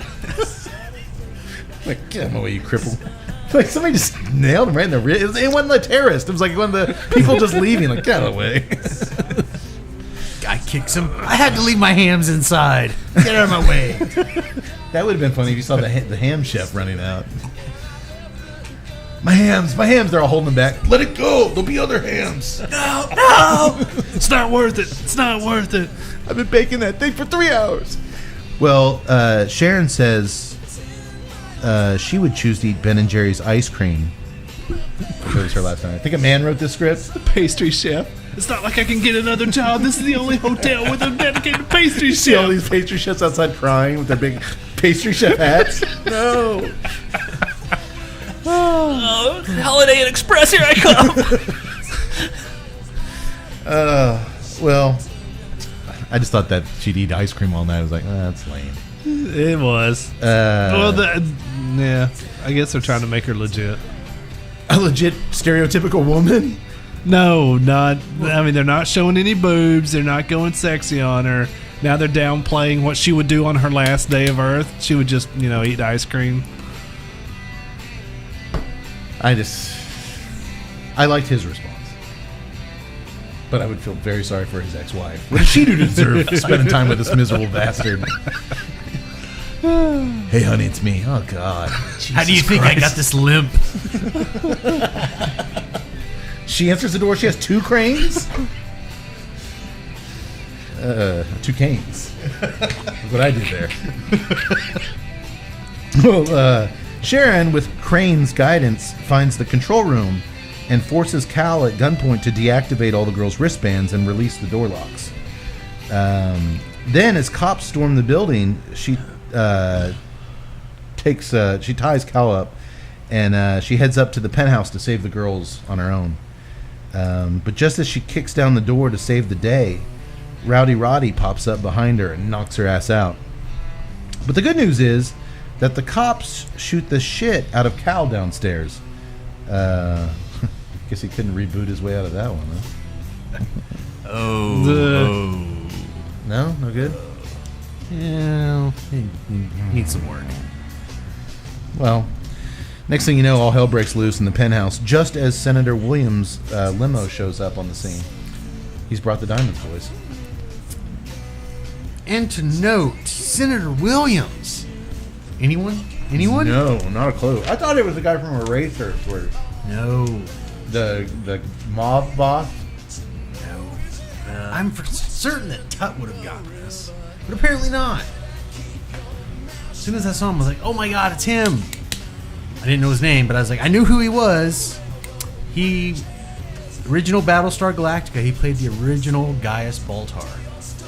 No, Nike. That was him. John Kolkas. Huh. All right. Yeah, I totally missed that. He also played a hairstylist in episode 7 of Hooperman. Dang it! Let it go. It's everywhere. Let it go. Boy, man, this cigar, it went that earthiness. The strength has spiked up a little bit in this final third. Get a little bit of tingling on the lips.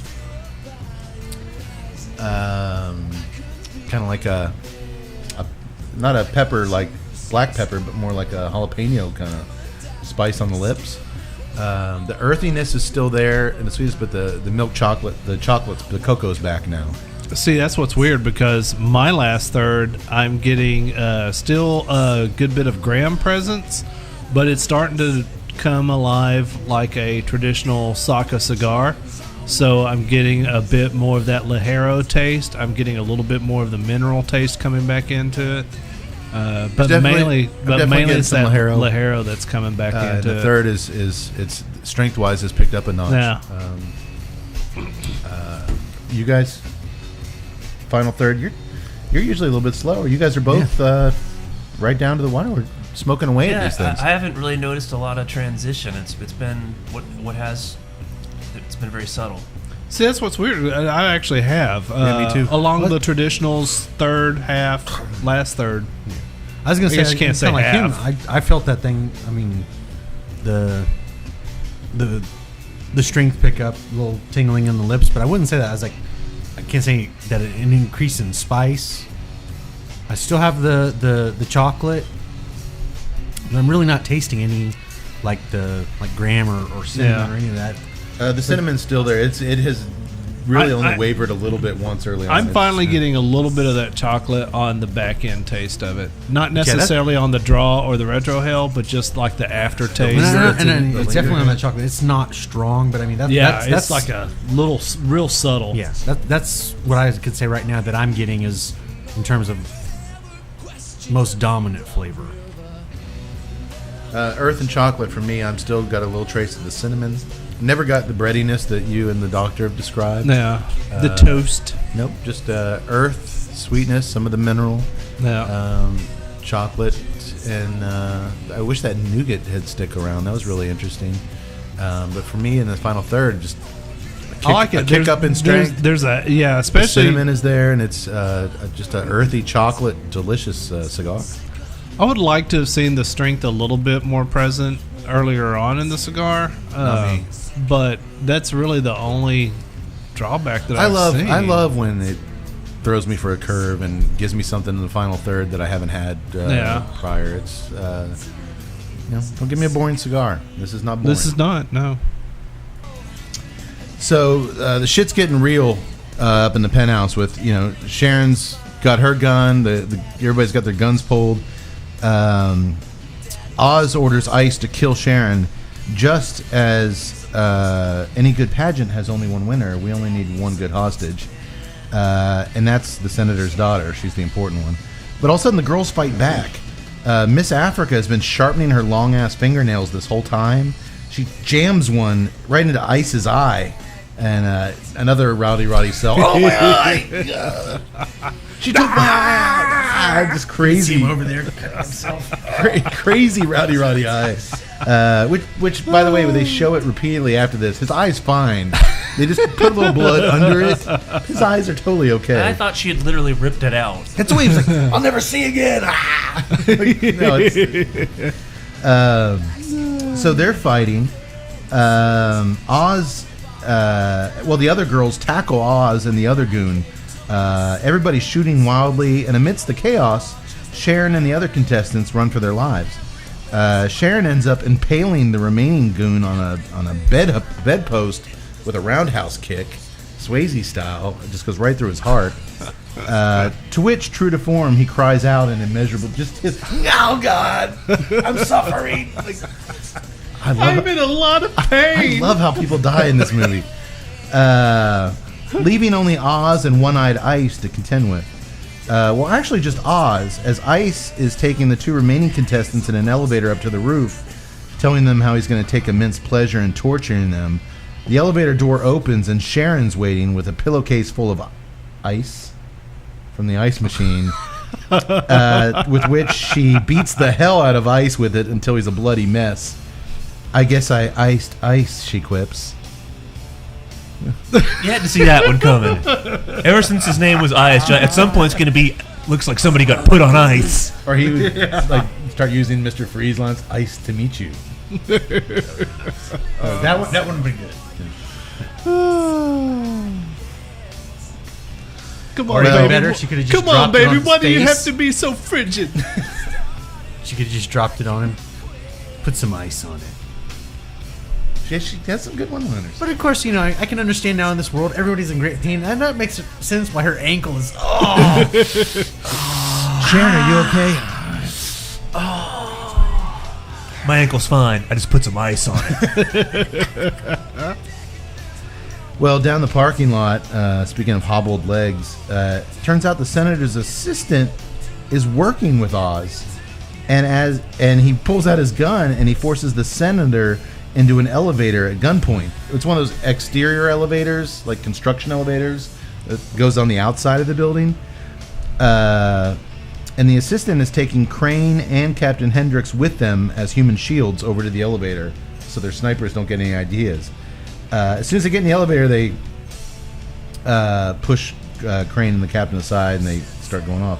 The two freed contestants, by the way, make their way outside, and no one seems interested in helping them. An officer actually yells at them, "Excuse me, ladies, we're trying to save some hostages." To which the Miss Africa says, "We are the hostages, you stupid pile of shit." That's pretty good. As the exterior construction-style elevator carrying the senator and his assistant begin to rise, Crane hobbles over, jumps up in the air, and latches onto the bottom of it with his cane. That's the second time that cane is held. It's the most movement he's had in the entire film.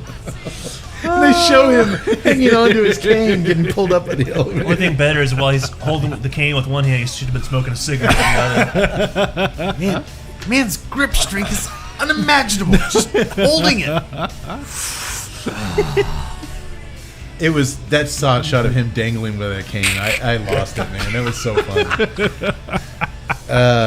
Up on the roof, Oz. I only have to hold on to it for 50 floors. It was very casual, like he was holding an umbrella.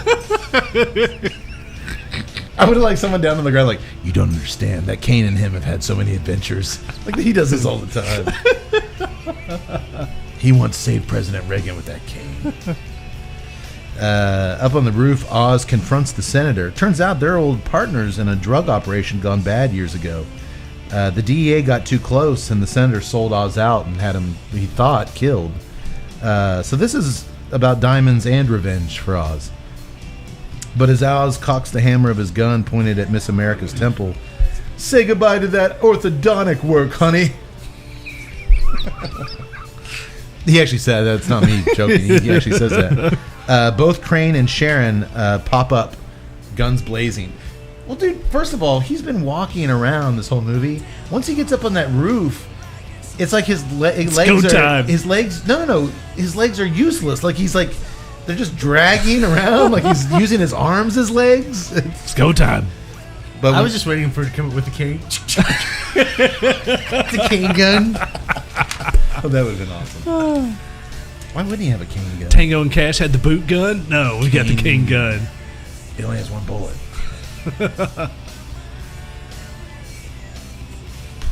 Well, he and Sharon start shooting up. They shoot up the assistant, who in true no contest style screams bloody murder as he falls off the roof. Oh, God, this is going to hurt. The whole way down, he's screaming. I'm falling to my death. The pavement's going to really hurt. Oh, dear God. Tell my mother up. I'm really falling. Oz shoots Crane in the leg. That seems redundant. It was his bad leg, too. You just hit the old bullet. Oh, he knocked the old bullet out. I feel great. I feel great. And he shoots him again off. It's all skipping around. He shoots Crane in the leg, which, like, Yak's kind of spoiled it. Magically cures his handicap, and now he's running around 100%. No, his limp's much worse now. There's a long fight sequence now between Sharon and a stuntman who looks nothing like Andrew Dice Clay. Man. It's just shown from behind. He's got like a ponytail all of a sudden, and this guy looks nothing like Dice. Bring in the stunt guy. Did anyone else see a problem with this? No. And despite her getting in some stellar roundhouse kicks, Oz is able to escape back down into the hotel with the briefcase full of diamonds. Just as Sharon and Crane then are back safely at ground level, debriefing the cops, telling them that Oz ran back inside, they see Oz dressed up as a security guard just walking out of the hotel with He's put his mustache back on. So trying to get that wig back on. He's disguised as, I'm sorry, not a security guard. These are the ETF that are on the scene. Not ATF, the ETF. They're all wearing giant ETF vests. I don't know what that stood for. ETF. Tobacco fire. I'm not putting too much into this. I'm going to stop the ETF debate right here. We don't need to know what it is. Maybe it had something to do with that ham being left out. Food inspectors and The E. coli tobacco E. fire. coli tobacco fires. We heard there was a ham room temperature for 3 hours. Hams, tobacco, and firearms. You see those chefs over there? Well, Sharon pounces on Oz, but his capture ain't that easy as Ice suddenly shows up like a Again? Goonoff at the end of Die Hard, where he comes out with the machine gun. Roddy comes out with his perfectly good eye and a little blood on, and just starts shooting everybody. He's mowing down cops until eventually they finally just blow the shit out of him. They just show that one cop like 5 times, and him just keeps getting hit. Well, the ETF kills Ice as Oz takes Sharon hostage and starts ascending back up the side of the hotel in that elevator again. Remember now, he still has that pulse thing on his wrist. So they kill him. The whole building's going up. This is where things get interesting. The crafty ETF agent, who's been kind of tech savvy this whole time and like getting diagrams of the hotel and all that, she realizes that the pulse mechanism has always been patched into the hotel's PA system. And if they patch into the PA and override his control by making a similar sound as the beeping of his pulse, then the van of bombs won't go off. So she has one cop who's like, no way, this is silly. She's like, just do it. They have a cop into the microphone. Boom, boom, boom, boom. And like that somehow is supposed to Keep doing it. keep doing Enhance. Oh, it's terrible. Much so like they forget about him at the end of the movie. They're like, is he still down there doing that boom boom thing? I'm like, just let him. He's an asshole. I feel like it's Kentucky Fried. Wah, wah, wah. He would, but just boom boom. It's the guy from Police Academy. That was just some boring white guy. That was even worse. They're walking away from the building. This case is done. Well, as soon he's still as- there. Hey, bombs are still active. Boom, boom. As soon as Anyone. Boom, boom. As soon as they realize that the bomb is deactivated, Sharon and Crane both shoot Oz to pieces, sending him soaring off the top of the elevator to his death, to which she looks over and says, no contest. There it is. Said the name of the movie. There it is. There it is. Oh man, I was wondering, is it gonna be one of those? Do you think in the Totally was. sequel she says no contest 2? You're no contest too. No contest again. See, ETF is bothering me because it's a financial term. It's exchange traded fund. But in medical industry, EMT is emergency medical I technician. think it has something to do with that ham. I think it does. Well, maybe we'll get Paul Lynch on Throw the some show. knowledge out there. I thought maybe I'd. It's appreciated, Doc. Could have been the STF, the swine tobacco and fire. If there's an agency that tackles inhumane things done to hams, we're all in trouble. Yax, you're definitely on a watch list or two. I've turned you in. When we catch these ham criminals. In the light of day, as the reporters are all Would over... you say they're hamburglars?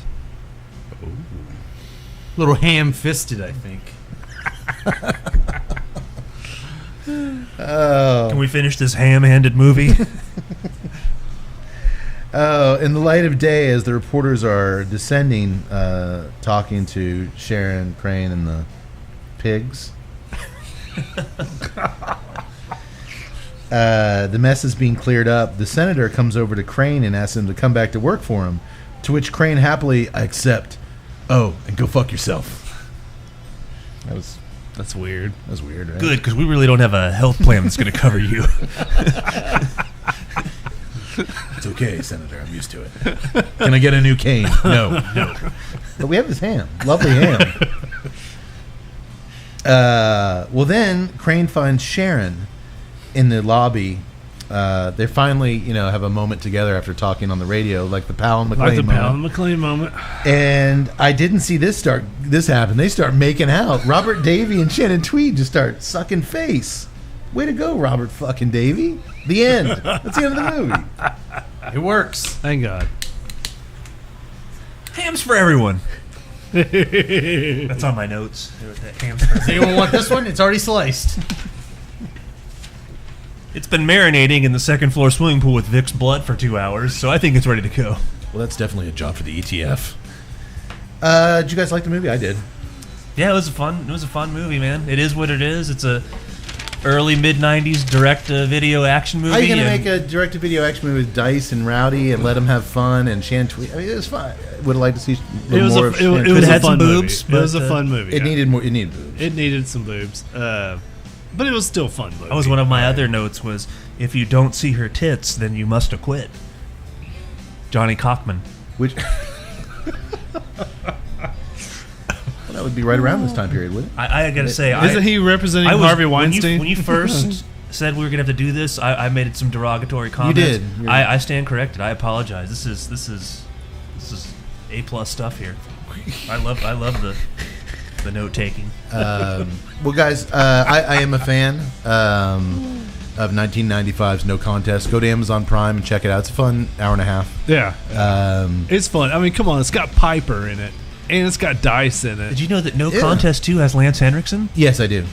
You have to buy the disc. It's not on Prime or for rent. What disc? You have to buy the disc sector. I'm going to, unless something pops up, I'm going to go ahead and introduce, because I feel we're all going to be, as we move into the next movie, we're going to move on to the next cigar. We're all Yeah. really close to the finish line on the cigar. Doctor, you cashed out. Final thoughts? I'll go to you first. I really enjoyed it. Still finishing up my rankings here, so you'll have to give us the price point when we get down to it. Yeah, I really liked it. Everything about it. Excellent construction, excellent draw and burn. Really love the flavor, love the aroma. I am a fan. Definitely have the one that Todd kindly gave me for my birthday that's still sitting in the humidor, and I'll be getting to that. That was the soon. first one, and it's much different than this. Yeah. Excuse me. I am getting a big jump up in the chocolate in the last third. You too? I'm seeing this last little bit that Lajero, chocolate, and earth in this final third, and it's Got a little more, just a subtle spice towards the end when I got down there. that spice is kicked back up. Well, I did take some of this beer through the nose at this point, so that might have... Well, by the end of the night, we're all going to be drinking beers out of our nose. You mentioned price point, Doc. Good. I just wanted to finish my scorecard. Sure, and you know, you don't have to give a score during the show. We'll post that on the thing, but feel free. The price point on the Muestra de Saca, $15.95. $15.95? $15.95. Okay. They are limited, I think, to. I might fuck this up. If I do, I apologize. I think 2,500 boxes were released. It's not to say it won't be released in the future, but this initial release, which I think equates to 15,000 something cigars were made. That's it. Is that 2,500 times 7? Is that about right? 15,000? Yes. Yeah. So yeah, about $16. $16 a stick. I'm gonna go to you next, Yak Boy. Final thoughts? I liked it. Very different from Saka. It was. But I liked it. I like the... I'm amazed. Let me just say this real quick. I'm amazed the stuff that he has done since Drew Estate. I'm amazed how much I've gravitated more towards his non-Liga type. I'm a bigger fan of the Sobremesa than the Mi Querida, which is his broadleaf entry. I smoke way more Sobremesa, and I like the Mi Querida, but there's just something complex and nuanced. That profile of that Sobremesa just sings to me. And this one, I'm going to follow in that line. I really like the profile of the smoke. It's got a little bit of a lot of things I like. Yeah.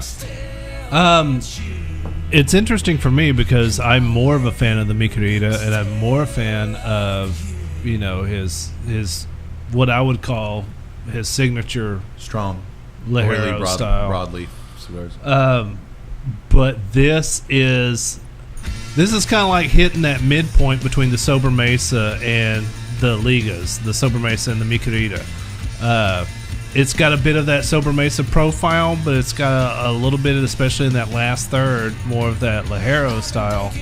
I really like it. As far as the price point, you're talking about an hour and 45 minutes on a 48 ring gauge cigar. That's pretty good. That's pretty damn good. It smokes slow.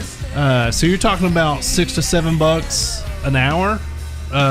Yeah, that's not bad. I mean, normally I'm pretty. Yeah, I'm surprised you're pretty poo-pooing on anything above 10 and 13, but yeah, this is definitely worth it. I could definitely see me going for this. Me too. No. All right. I think I've said everything I need to say. Shit. And at this point, I am really, man, I don't want to jump on Steve's nuts here for a little bit, but you've got one farm, this kind of complexity, this kind of transition. To me, I just think that shows you a small farm. This isn't like the Oliva farms or the AJ Fernandez farms where you can get 60 different things from one acre of land. I mean, this shows you some skillful blending.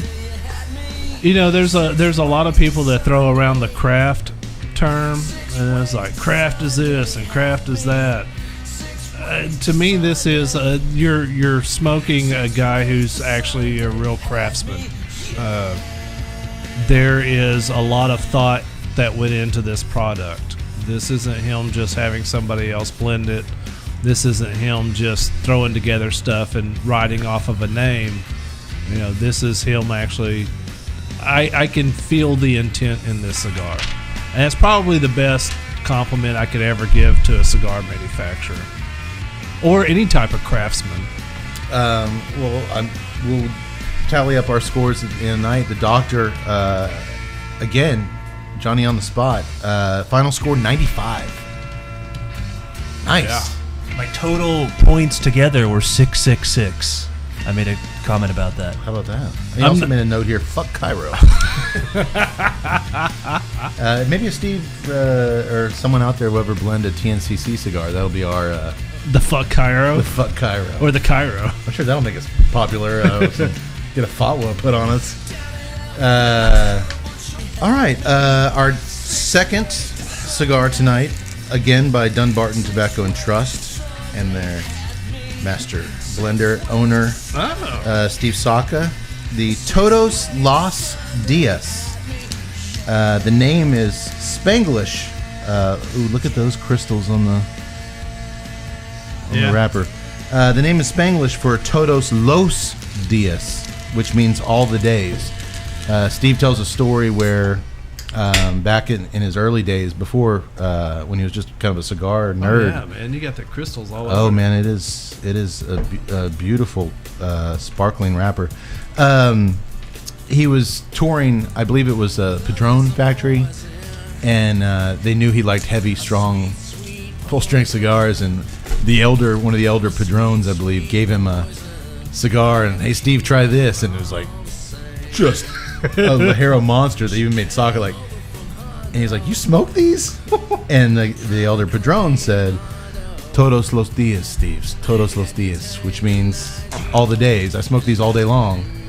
But in Steve's mind, way back then, he heard Todos Las Dias, and he's been saying it that way. And he always said, I want to name a cigar Todos Las Dias, which is completely wrong Spanish. So when it came time to name the cigar, they're like, the guys at the factory in Huida, Nicaragua were like, Steve, it's Los Dias. And he's like, no, you know what? It's my cigar. Fuck it. My memory. I've been telling this story. Fuck Cairo. Fuck Cairo. Fuck Cairo. I've been telling this story, Todos Las Dias, my whole life. I'm gonna stick with it. So yeah, that's where the name comes from. All It's right. a Nicaraguan puro. Todos Las Wow, I like the smell of that thing. Whereas the Nacatamale didn't have much on the nose, smelling it pre-light. I thought it did. I thought it had some hay and alfalfa going through there. I got a little barnyard, a little bit of hay on that. Man, this thing is sparkly. Yeah, I love that. I love. It's a disco ball. Yeah, I gotta put that down. I'm getting.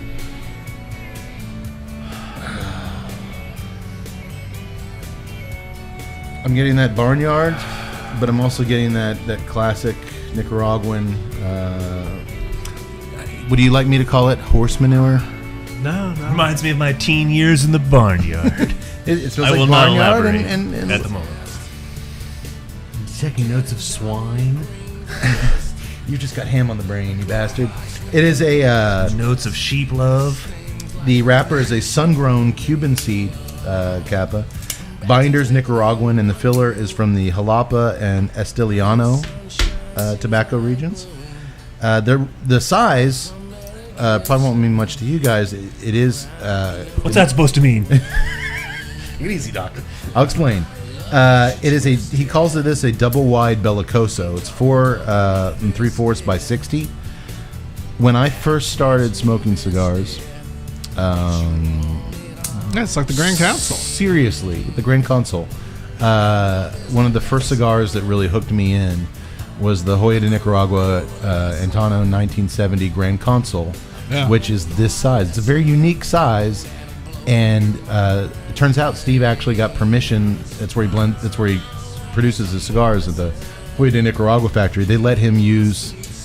He's the only one they've ever let use that size. Yeah. It's one of my favorite sizes. It just feels good in the hand. It has a really good draw and airflow. It's got really good draw and airflow. But I've always loved that Grand Consul, so I was really excited to get our mitts on these. This is what Steve has to say about this cigar. This is a window into the cavity of my ventricles of my Bring heart. forth the tome. No. I read Steve on Facebook. This is a window into my lovemaking. This one is a little bit different than the Muestras, a little less personal perhaps. I read on Facebook he described it as full-bodied, which is why we're doing it second. I didn't want to kill our The palate first for one, the yeah. one.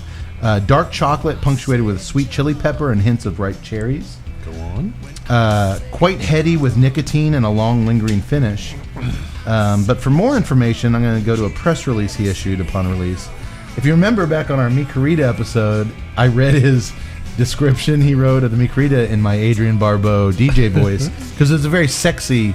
Mi Querida was your mistress. Yeah.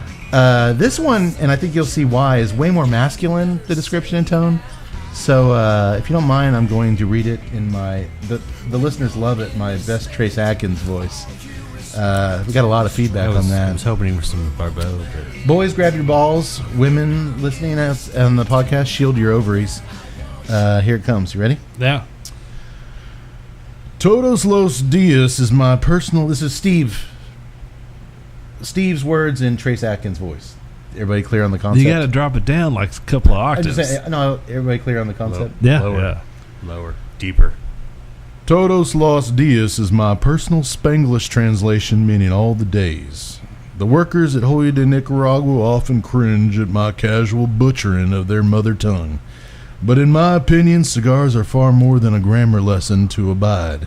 They're the physical manifestation of a feeling and an experience. Todos Las Dias embodies the classic bold flavors that represent the heart of their soil's peppery tobaccos and the labor of their always working hands. For me, this spicy Nicaraguan puro reflects no pretentious airs or any of that notes of pencil lead with hints of fennel. Nonsense. It is an honest, hard-working cigar intended to be smoked by men who knows what it means to be a cigar smoker and never give a damn about what others think. You sound a little bit like Sonny Landham in there. This cigar is for after I've been Hold on, I'm not, finding skinned bodies out in the Hold on, partner, I'm not done.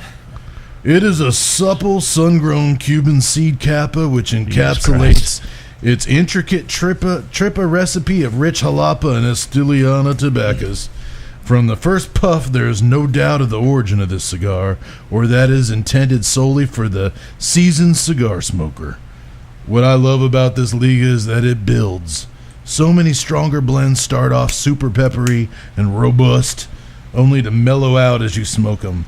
Whereas the Todos Los Dias does just the opposite, boys. It begins to smooth and then escalates in strength and body. It almost lulls you into a false sense of security. It is a much heavier Liga than you will have realized until you go to stand up afterwards.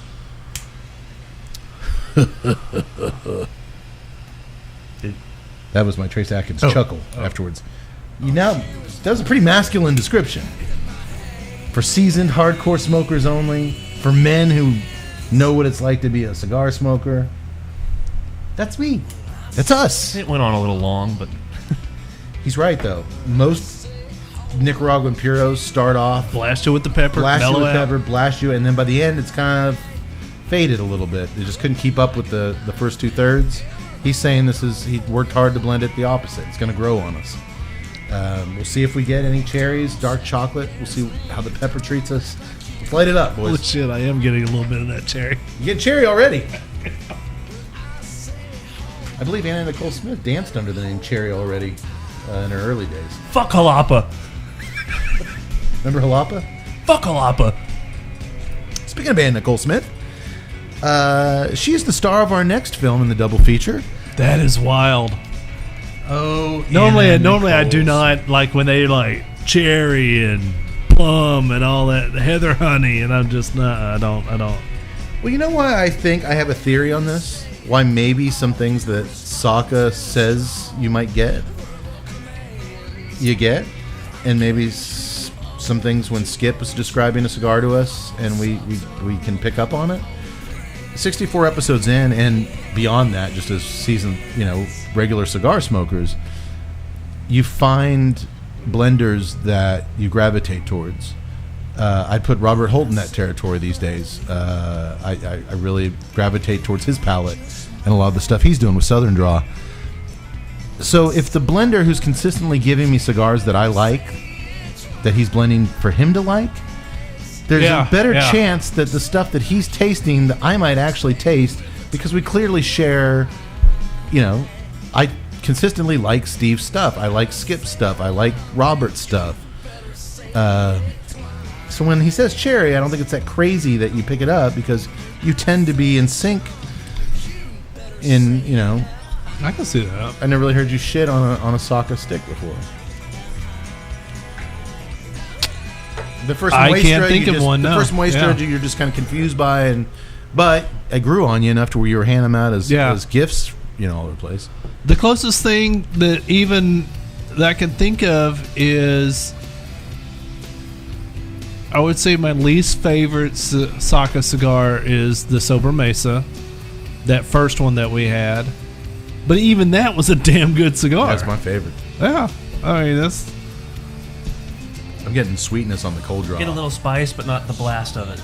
Pre-light, I'm getting just a lot of natural sweetness on it. We'll light this up. Cut. I'm just warning you guys right now. We've been fairly... I don't know what the reasoning behind it. Usually we have a lot more empty bottles and cans on the table at this point in the show. This is a potent drink. It is. I'm just letting... we have a whole other movie to go through. I'm just letting you guys know for this It movie... doesn't go down like one, though. No, it doesn't. For this movie, I'm going to have to step it up a notch, and my drinking's going to go up. I'm just kind of like, meh, it's a beer. It's not... No, I'm just saying in order to actually talk about this next movie, I'm going to need to drink Perhaps a lot some of my more beers. bastardized Shakespeare quotations will help you. Oh, they can only help, Doc. The aroma off this thing. As I'm lighting it, just... Earth... Wind And fire. Fire. honey baked ham. Oh wait, that's probably from.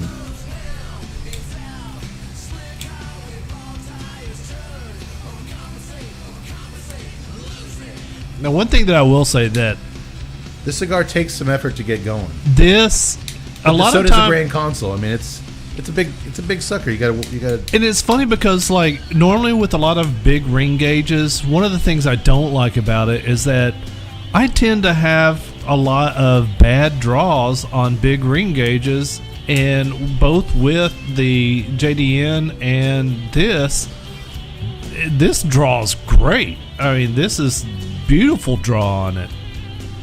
Well, it's all about how they fill it, and the guys, the team, guys and gals at Hoyt, Nicaragua. You know, as far as consistency and quality, Yeah.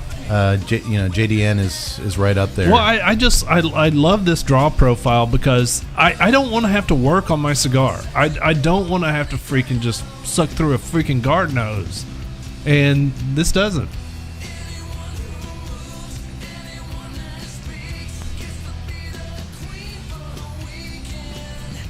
Getting some not overpowering pepper on the nose. Earth. Right now, it's just pepper and a nice natural sweetness and good tobacco. Yeah.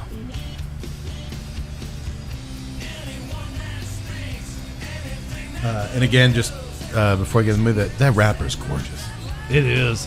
I like the little sparkles on it. Yeah, Sparkly. and unlike the Maestro, And I we actually just- like the drawing design on the band.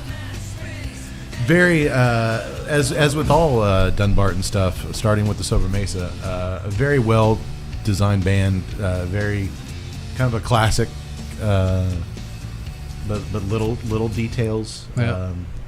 And the aroma. Unlike our last cigar, which did pump out a lot of smoke, but I mentioned it didn't travel up the body like they did. This thing, I'm traveling. it's traveling. It's the smoke is just clinging to this thing.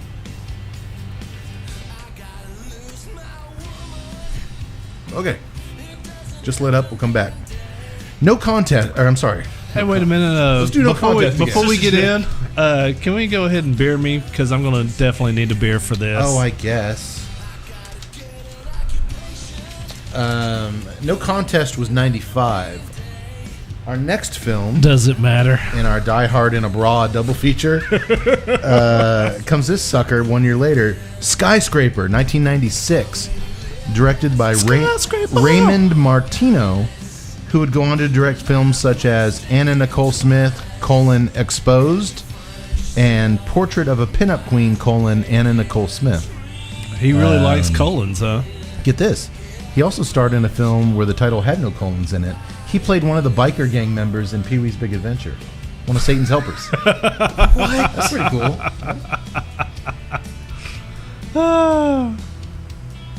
Obviously before this. Correct.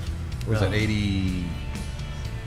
80-ish. 80s, mid-80s? Pee-wee's Big Adventure, 86, 87. Yeah, so Well, we start things off by joining Heliscort, like escort, but Heliscort helicopter pilot Carrie Whisk as she skillfully flies her sleek chopper over Los Angeles as she transports one of her wealthy clients around town. You can tell by the way she masterfully talks to the control tower, saying things like, Roger, and over and out. Over and out. That she's a real pro. She really knows what she's Is this a doing. real job in like a city like L.A. or New York? Do high-powered executives get to order Yes. helicopter traffic Of course they from do. one? Movies Yes. wouldn't lie.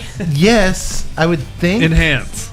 But for a city the size of Los Angeles, there's a line later where they're trying to find her and they're like, there's only 11 places in LA where you can land a helicopter. If this is a business, that seems kind of limited. I can take you to 11 places. What fools these mortals be! It's a good gig if you can get it. Did you guys get a sense she really was flying that thing and knew what she was doing? Yes, I did. Well, You're alone. You're alone. my deal is one, they had like 8 close-ups of her fingernails on the throttle. That was kind of weird. I think that was Freudian. Okay, maybe. Yeah. Okay, I can see that. Yeah, get her grip in it. Yeah, that's good. Is that her actual speaking voice? It pretty So much she is. wasn't trying to do an accent? That was what her... That's what She's from Mejia, Texas. she You knew sounds that, like. right? You've never heard her actually talk? You know where Mejia is. I don't think I have. She didn't. Those weren't choices, Tut. You have heard of Mejia. I have She heard went. of She went to Maya. the South Strasbourg School of Acting. She created this character from scratch. And I realized that I'm probably... A throttle, my kingdom for a throttle. I realize I'm probably the last person who should criticize someone for their accent, but I was just like, jeez, Well, I should man. say, who are we talking about here? Plain Carrie Whisk is, of course, Playboy Playmate of the Year 1993, and pop culture something or other. She kind of took off as her own little Hailed as She being was a the Guess next Jeans model. Marilyn Monroe. Monroe. Or Marilyn Manson. What? But yeah, She was the Guess Jeans girl. She I had her 12-month pinup calendar hanging on my wall, and it was a glorious calendar. I used to stick my dick in beers looking at that thing all day long. To whack off or not to whack off? That is the question.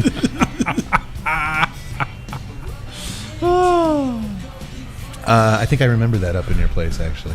Yeah. Well, it didn't get- you I- remembered it all You right. couldn't flip it past January. It was all stuck together. Are there all these holes punched in it? I still haven't said who it is. It's Anna Nicole Smith is who is our heroine, Carrie Whisk. And as you can tell by my snarky remarks earlier, her credibility of a thespian is so far not too promising. It's Where are you, Carrie? I'm up in the sky. I'm flying my chopper. That's an aviation term, by the way. All right, I'll be landing soon. Over and out. Over and out. Oh God. I'm sorry. Meanwhile, across Los Angeles, Sorry for making fun of my people. in downtown, where's Mejia compared to where you live? No, my hair is like... It's closer to here. Central. Actually, Yeah. I think It's about you would have to an go. hour and 15 minutes away. You would go to the. You would people go. that grew up in our hometown have horrible accents. It's just a weird You would go thing. to the north and east, right? Yeah, so it'd be east of 35, but Yeah. still kind of central. yeah. Just go up towards Waco. Now, Go east. So Mejia, Which is a death sentence, everyone. Go up towards Waco and then head east. Chip and JoJo lie. Don't go to Waco. remember Waco? Fuck Waco. Seems kind of creamy to me. It is. Oh, the cigar. There is a bit of cream. There's a to it. creaminess here. Not like a cream corn, but just a nice little cream. Well, of to course it. not a I'm cream writing corn. that down. There's a creaminess here. That'd be crazy. You guys getting a cream corn casserole? What is that? No, No, I'm that not. cream corn is delicious. It's got a very forgiving pepper. It's not overpowering. It's got an earthiness, but it's got a creaminess on the draw. I wasn't Yeah. expecting that. Are you still getting the cherry? No, actually, I got a little bit on the light. Yeah, no, I'm not. That's good. Okay, I'll come back. I know it's early. Any initial thoughts? I didn't get a chance to go to you. I got the creaminess right there. No cherry. Little bit going towards some spice on the retro, but Not too strong. not too strong. Okay. So we'll see where it goes from there. We start. No, I will say that the cherry is there, It's back. but it's more like very faint mixed in with the Ligero. Meanwhile, across Los Angeles in a downtown alleyway, a major arms deal is going down between some government agents and some other dudes in suits and sunglasses. Because they're all wearing sunglasses. We don't know exactly what the fancy briefcase computer that's changing hands does, only that it holds the power to affect the lives of millions of people. My favorite line in this entire... Well, no, not my favorite line in this entire movie. One line of note. How's it feel to hold something in your hands that could change the entire course of the world? My brain was like, I do every night. Dice pops up. Oh! I do it 3 times a day, you snapperhead. Ow! Okay. Beer ya. Okay, Dolphins. So they're making this deal, and why they're conducting this business in a fully exposed seedy alley seems to me a minimally exposed warehouse might have been a better. If this thing The government knows what it's doing. Okay, the government, the world. You think Somewhere inside? somewhere inside, or the like government wouldn't do something that would be risky. I know an alleyway behind the Foot Locker. All right, You always do things in a seedy alley. Nobody would ever think to look here. Hey, what's that over there? Hey, Don't look over here. Well, they won't look here unless we're all wearing sleeveless Italian leather and well, here's what happens. Just as the money in the briefcase trade hands, every form of 90s action bad guy starts showing up on the scene. There's a guy, did you think it was the Punisher with the bazooka? I was like, there, finally. There's Who's a- this guy shimmying down? There's a guy shimmying down a fire escape from the building, dressed all in black with a bazooka on his back. There is a Bud Dry semi-truck pulls up, blocking one in the alley, and a half a dozen dudes in sleeveless vests and leather pants pile out of it, start shooting. A van blocks the other end of the alley where he looks Middle Eastern, but I guess he's German. Terrorist wearing cowboy boots jumps out with an Uzi, and he starts shooting like crazy. Oh, the Uzi. It's totally bananas. The Tech 9 Uzi. But in all honesty, it's a really well done action scene. Like that's a dead giveaway to the cops. All right, Bud Dry. Who drinks that anymore? Something's going on down here. well, Oh, it was popular. Bud Dry. No one would question it. you think in '96 they're like, all right, nobody's drinking this anymore. What can we do with this giant truck? Well, Skyscraper. Someone stole our Bud Dry. Well, it's better that they took it than we had to sell it because no one was going to buy it. I can get us a Red Dog truck if you need that one. All jokes aside, it's a very well done action scene. Yeah. They're shooting at these 2 cars that were doing the deal from both ends of the alley. Shit's getting blown up. Dudes are getting ripped again, like in No Contest when dudes get shot. Just Oh my goodness. I just lost my shit when the 6'7" guy with a long flowing lion's mane is standing there shooting people. Dude, the Fabio, lion's mane guy. plunging V-neck sleeveless T-shirt, long flowing hair. That was beautiful. That mane Oh, was he just was- outstanding. He was a specimen. The hairstylist salary for this movie must have been astronomical. Because this guy just looked like he came off the cover of a romance novel, just with his Tech 9 just blazing. Oh, dude, everyone's got. Are we Mac going to just 10s, do this Uzis. yet? Wait, let me set up my fan first. Let's kill these guys. But dude, they're It was like blowing an shit Edge up. wannabe. He kind of looked like Edge. did- with he like looked a lot like Fabio. the According to wrestler. IMDb, that guy was an American gladiator. I think his name was Malibu, but he was. Yeah, I'm serious. But he was an American gladiator. He deserved to be. He did. Titan. Malibu.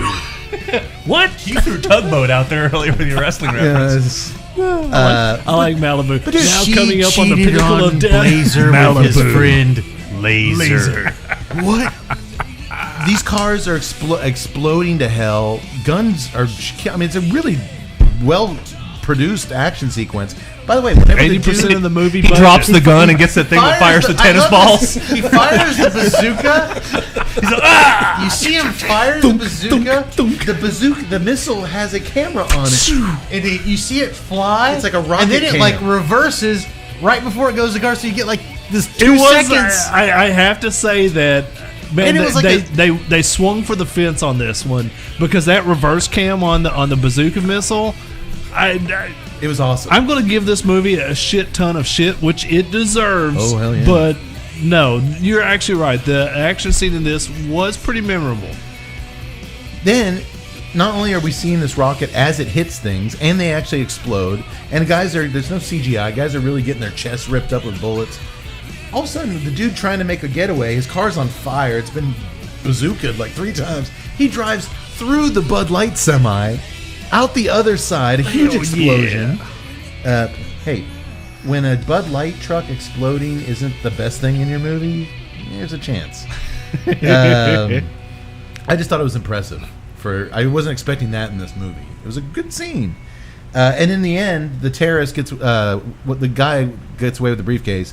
He goes up to the top of the building where the head terrorist, Fairfax, the guy who I thought was Middle Eastern, but he's probably German, but he's actually, give them credit, they found a worse actor than Anna Nicole Smith. No, He was so enjoyably bad. He was exactly Enjoyably bad. He was horrible, but he was enjoyable. He was actually enjoyable.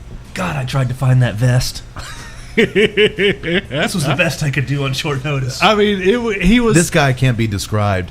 He talks like the remember the guy in the old Sprite commercials, the black guy. Never had it, never will. The 7-Up guy. The 7-Up guy. He kind of talks like that. He always has a smile, and he's always kind of when he quotes the Shakespeare. And he quotes Shakespeare a lot.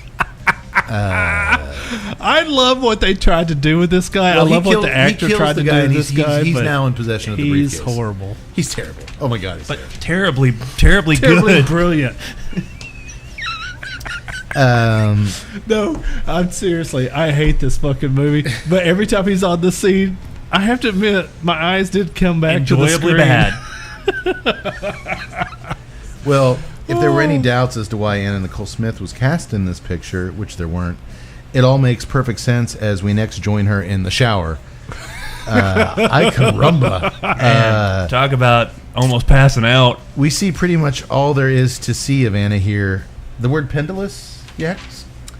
Does that come to mind? Accurate. I'm not going to say that they're pendulous. They were the finest in. They were a couple of friggin' beach balls. For God's sake. I will say this. I mean, in my medical opinion, you were headed for back trouble. Doctor, is beach balls a term you use in the field? Not in the field, Mr. Cade, but in the confines of my office quite frequently. Okay, but doctor, those weren't natural, are they? No, Tuttle, they were not. So that's what confuses me with her tactics is that they weren't natural, but they weren't like They still need to be stuffed. cleaned. Well, they weren't like, immovable objects like a lot of times you see someone pretty that's immovable. No, they They actually had moved. some movement to I was them. really waiting for They hung. the whole scene where you hear like the balloons being rubbed. No, I see what you're saying. I mean, they were so big in the shower scene. Usually when you see someone who's had that Massive. kind of a job done, They don't move and they're like Yeah, stuck these up things under swing. their chin. They sway. Yeah, it was. I was expecting to see when they show That was a good. I was expecting her to turn around on the guy and be like, "Oh, just knock down." Well, I was expecting to see when you're at the airport and you see the guys down de-icing the planes, like washing her boobs from beneath it, like scrubbing tools, like she can't do it herself. Like a little team of midgets comes in. There's actually kinetic science. There's the movable force and the immovable objects, and they just kind of combine like two magnets pushing against one another. They are huge, He's a man of science. and I enjoyed them. Love not with the mind, love with the way. Well, suddenly she's From a joined. Midsummer Night's Penis. Well, first of all, she's in the shower. I don't know what she's just kind of out of it. And in Nicole Smith style. She's not like pleasuring herself or anything, but she's just kind of moaning and like I guess that's how she showers. But all of a sudden she's joined in the shower by her naked husband, police detective Whisk, and things only get steamier. Hands above the table, boys. Come on, let's see it. Let's see him. Okay, all right. Here it is. They take it to the bedroom where they make sweet love, in slow motion mostly. Total softcore. It is, and where no contest failed us, this movie is picking up the slack by about 20 pounds of titties. Where was I? I'm all kerflunked here. Silicon Valley. So they're making sweet love, but before they can complete the act, his pager starts beeping on the table. I think he's completed about 4 times by now. Cutting things short. Dude, that's the great thing about a pager. You don't have to, it's not a phone. You don't have to answer. He could have finished. Back in those days, a pager, you could have had to find a payphone. You have like a 10-minute window. I love my pager. I've been paged. I've got to go right now. I love that pager They buffer. don't know. I The love pager buffer. the pager buffer zone. It works both ways too, though, right? Because if you get a call, you can be like, "I didn't see my pager." I didn't. Whereas today, like, you can't do that with your phone. no. But you remember my pager Oh yeah, days, I had my like, ringer yeah. turn off. It was a great thing. Like I'm getting paged. I used to send Well, we're Cade secret driving. messages. Yeah, we had a little code. Shakespeare quotes. "'Tis a pair of breasts to trouble the mind's eye." It was a pretty advanced pager. I wrote that down. That's You Bressa. get that. You Ham get that alternate signal. Oh, I like a nice set of Paged. Bressa. I got 2 minutes. I think he could have finished. I'm saying it. And I'm saying he had finished multiple times. Embrace the pager buffer zone. No, because he's frustrated. And they even show him the next scene. He's like he's really pissed off that he No, didn't he get was the film. all, God, I'm so tired. Yeah, I wonder why. Jesus Christ. What are all those bruises on your face? Don't worry about it. What the hell happened to you? There's sometimes where you just don't want a motorboat. Beaten by a sack full of cantaloupes. Well, Carrie is pissed that he's like, I gotta go. There's some big shit going down here. What did you say, Doctor? I heard something about cantaloupes. I got beaten by a sack full of cantaloupes. Actually, later in the film, that's how she does take out Fairfax. Come on, spoiler. She just waits up like Gene This is no cantaloupe accident. holding herself up. Oh, dude, right, his head's right here. Just It's like instead of the ear clap with the hands, she just uses her tits. Ah! Blood coming out of his ears. knocked him out. I guess I put Fairfax on ice. I hit him with my Wrong movie. knockers. Don't ad-lib, Anna. Don't ad-lib. Tit for tat. That would have been funny. Some things are best left alone. And we're back on track. Sorry. Looks like somebody knockered you out. All right. Well, now I'm really pissed. This movie, she didn't kill anybody with her boobs.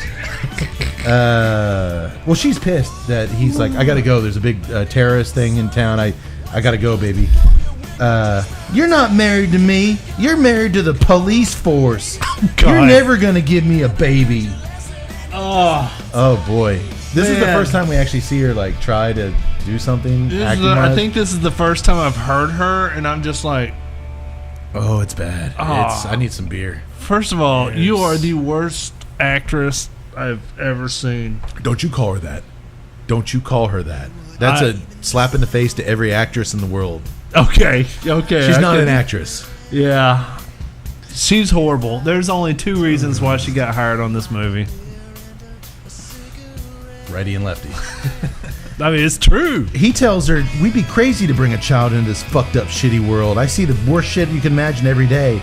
To which she fires back with, well, excuse me for still believing in sunny walks in the park and little babies. Our child will die when you try to breastfeed it.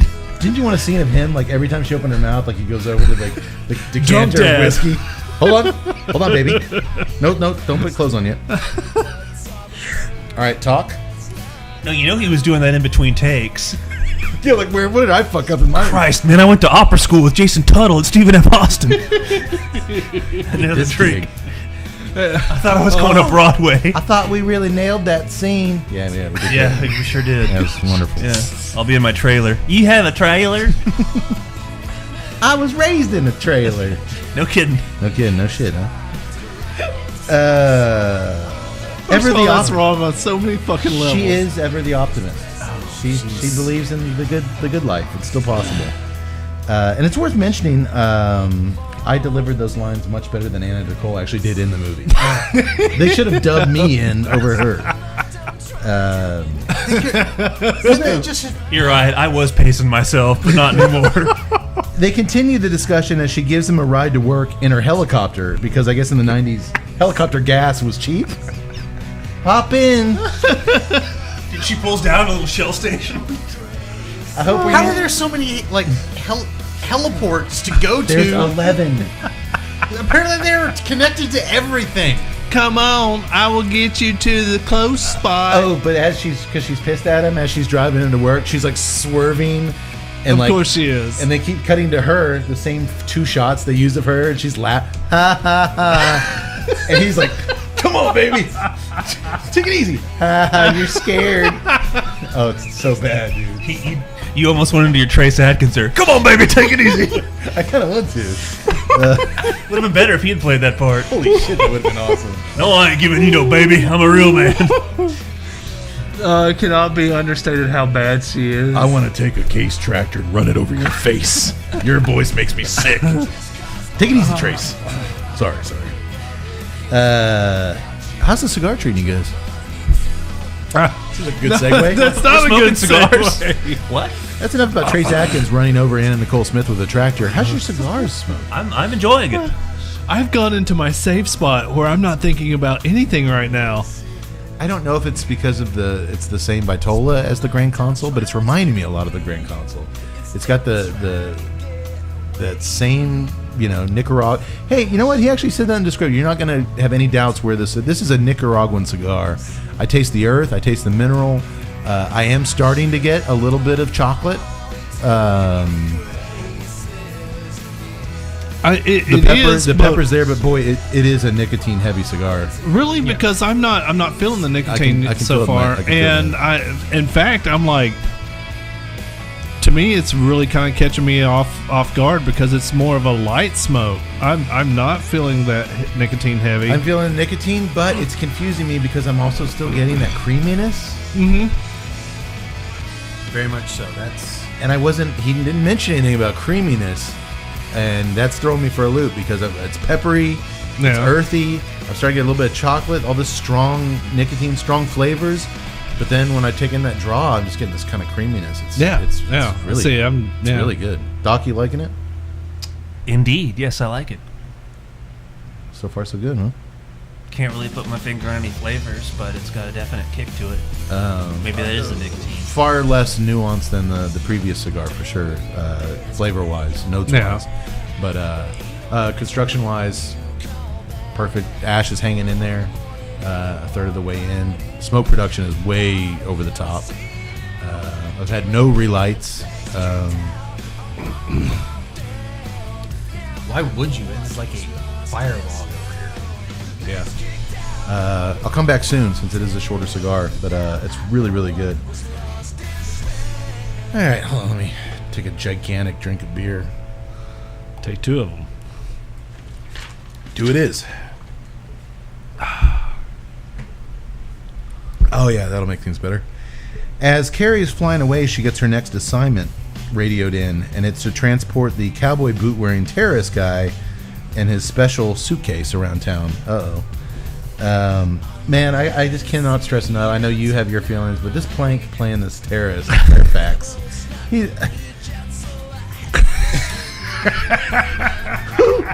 who didn't get the role for this guy? If this guy got it, who didn't? Who auditioned worse than this guy? I really don't think there were auditions for this movie. But dude, when she picks him up. He's quoting the Shakespeare.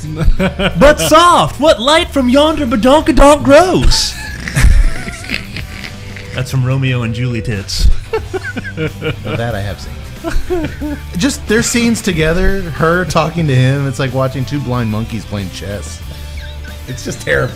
It's just the worst thing I've ever seen in my life. Two blind monkeys playing chess is hilarious. I saw it once in a controlled lab experiment. You guys were supposed to knock off those experiments. We knocked off the monkeys. The ETF was onto you guys. There was some ETF involvement. But we didn't know who they were, so we didn't care. ETF, open up. Who? Who the fuck are those guys? Put away the ham. Did you say ATF? No, ETF. I don't worry about it. Get rid of that bacon. A sexually frustrated detective and very tired Detective Whisk and his wisecracking partner Jimmy head over to the Zytex Weapons Laboratory to ask some questions about the morning's alleyway massacre, and they find it under siege. Another Die Hard ripoff. By the bad guys. Is it me, or did the inside of this high-tech weapons laboratory look just like Connell Cochran's lab in Halloween 3? I Close noticed to that. it. Yes. It was little computer panels, blinking lights, and a shit ton of cardboard boxes lined up around it. It looked just like Halloween 3 lab. And it had the exact same size.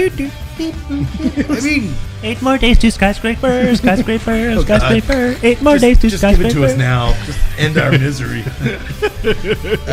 It's basically a huge room with blinking lights, control panels. It looked just like the all of these lights, Silver they're Shamrock blinking lab. in and out of order. Put them all, make them blink all in order. All of a sudden, O'Hurley walks out. Oh, Christ, what has my career become? Who are you? Oh god. Oh, Jesus. I quit. I'm a trained doctor. He answers that with, who am I? Oh great, you made us question his own existence, Anna. I do that a lot.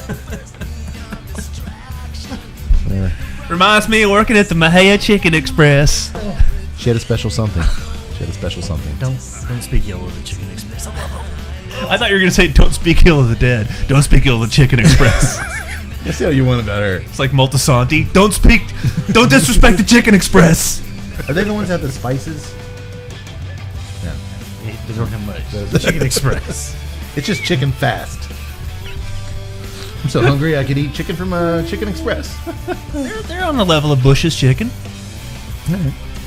Well, the terrorists find what they're looking for in the lab. Is it a motherboard, Tut? These little computer things? I'm gonna turn to our tech guy. Sure.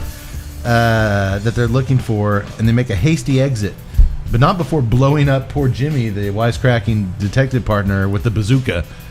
Not only did they blow up his car, he gets out engulfed in flames. Another really quality effect. Although you always can tell they're wearing the. You can always tell though they're wearing the flame suit. Oh yeah. His head's like this big. Would have been funny if I love his friend goes over there and he just stomps on him trying to put him out. No, but then his friend goes to the car. Like Jimmy got back in the car, like trying to run away from being on fire. Like I can drive into a lake, or something, like because he's trying to open the car. That was a very weird. I didn't know what was going on. I'm going to go into the LA River. It's concrete. Don't go there. Well, he's stumbling around. Gordon's, oh my screaming, God, how many bazookas am I going to see today? engulfed in flames. I guess he won't be wisecracking anymore. Right? Is that right? No more wisecracks? You see, there's 4 of these motherboards or chips or whatever, and the bad guys need to obtain all 4 of them to make the briefcase satellite guidance system work. So this is the second, I believe, motherboard that they have their hands on now. In fact, Was the plot in this movie? Yes. Carrie next drops the cowboy boot-wearing Fairfax off at a restaurant where he obtains the second computer piece for his suitcase computer. That's one of the 11 places in LA you can land a helicopter. Yes, out of all of them, they can drop on top of this bistro. At the TGI Fridays. All right, we're going down. That's odd. You wouldn't picture Chili's as having a helipad, but there it is. Well, it's L.A. I mean, you know. Well, I am lowering the helicopter. It looked like a really nice Bennigan's. With love's high wings did I o'erperch these breasts. Much like, though, in No Contest, where Dice Man finds time to nail chicks and the guy tries to nail she in tweed, they show up at this restaurant, like a Fridays, and the guy who they're buying the mother chip, he's sitting with these two regular-looking girls at this table. He's like, before we do business, would you like to sample any of my whores? And they're like, and he's like, we're on a schedule, but maybe later. And it's He always says that with that smile. We're on a schedule, but perhaps later on. a schedule. I have to quote Richard III my right thing was, now. what are I you can't. gonna do? Like, all right, you know what? I'll wait here with the chip. You go to where? The bathroom? If thou wilt excuse me, I shall go to the privy. I guess I'm kind of with the terrace. It's a nice offer, but it's kind of weird. I expect this at TGI Friday. That's not at Chili's. That's where, unlike the no contest guys, they were not TNCC terrorists. We'd have been like, I can take some time for a drink and a BJ. You know what? Let's get some Long Islands over here. Let's do this. Kate, we're on the verge of making a $20 million deal. I'm gonna go get a little carrot wet real quick. Hey, Some Long Islands. order up some potato skins. Dude, and then much like with the sampler platter, but can I make some substitutions? We're on a time. Come on. Well, they do deny. We don't have any time for dalliances. Is that what that? Well, if we're here, I'll take the Monte Cristo. And I'll take the one of those fancy desserts. Sir, that takes 45 minutes. That's fine. Cheese sticks. My kingdom for some cheese sticks. There are two of them. Well, they take the guy upstairs and make the deal, and they pay him when he's like, so where's my money? Oh. Money is this is some Shakespeare quote. And he just shoots him. He shoots him, and he flies through the window of the restaurant. Kills his ass. Then they pile back into the helicopter and tell Carrie to take them to Zytek's corporate skyscraper downtown. Zytek. But I love this. We're going next to Zytek. Downtown! Like, Okay, Okay. up and away. what? Here I go. I was just like, That's what I say when we're leaving someplace. It's an aviation Would you term. ever get in a helicopter and fly with this chick? with her, yes. She was sitting there topless. I'll hold your joystick. Well, if it's called Helescort, It's gonna She be should a be bumpy topless. ride. Go on. come on. We're going to be hitting any turbulence tonight? Please? And also, as they were going back to the helicopter, they reached under and they ripped off her radio so she can't radio for help. I have a radio. What? Within That voice in my Is that head like a- is all of a sudden gone silent. Is that a walkie-talkie? Within 5 minutes of landing on top of the Zytek's building, Fairfax and his men have the entire building locked down and under control. No contest style, Die Hard style, exact same formula. It certainly sounds familiar. And yes, they even have a tech guy and men impersonating guards. I'll tell you what, these two movies kill more security guards than anything I've ever... With the all those fancy electronics, beep boop beep boop. Oh, boop, just beep, horrible boop, boop. Intellivision graphics. They actually used it in television. It was in They thank television. them in the end credits.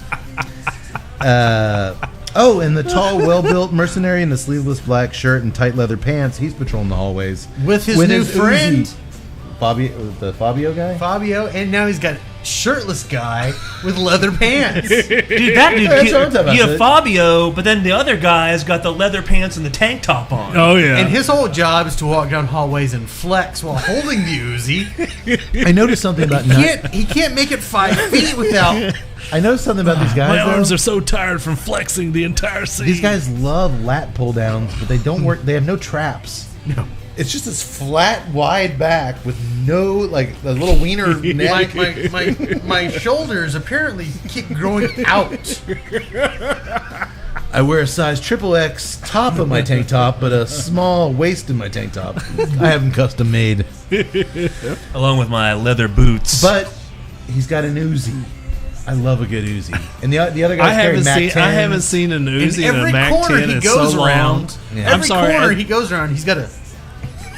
I'm sorry. gotta- Even in the first scene with the Bud Dry Oh, just truck, great Mac 10s and Uzis. as soon as I saw that Uzi, I was like, yes. Yeah. If I'm I home. ever get to make an action movie, I'm everyone home. gets an Uzi. Including Anna Nicole. Well, no, I guess that's not happening.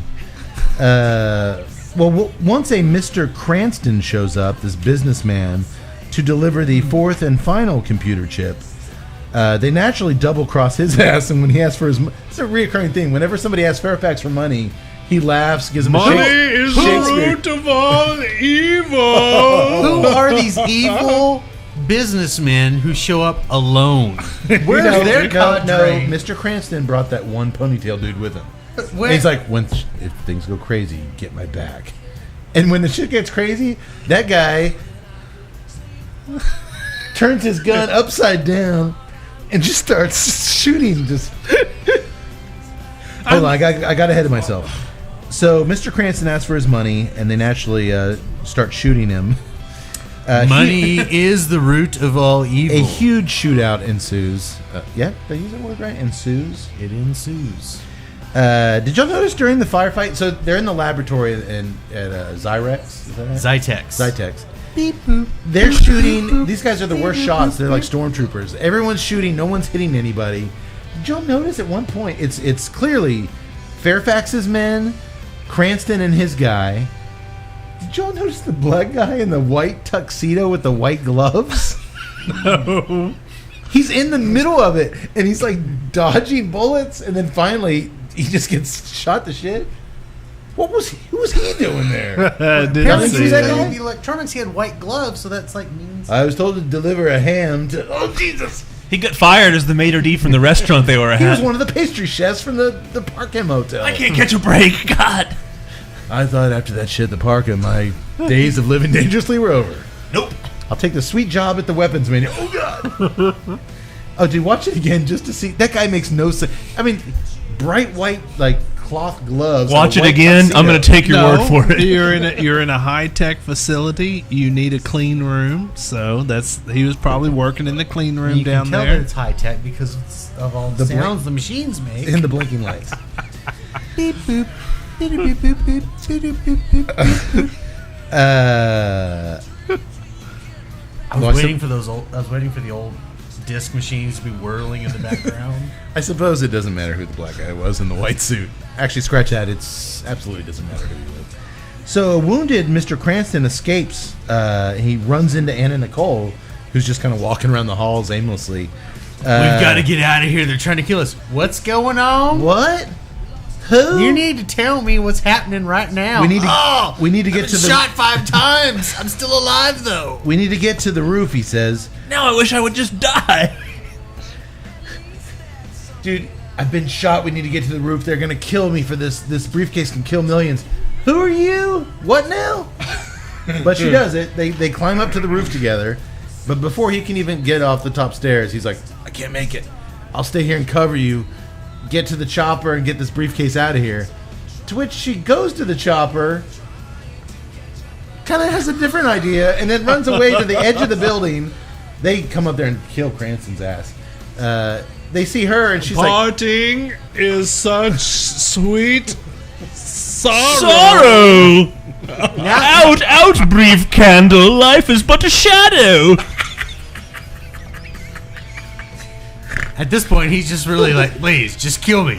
Came in there with some Macbeth for your ass. Give me out of this movie.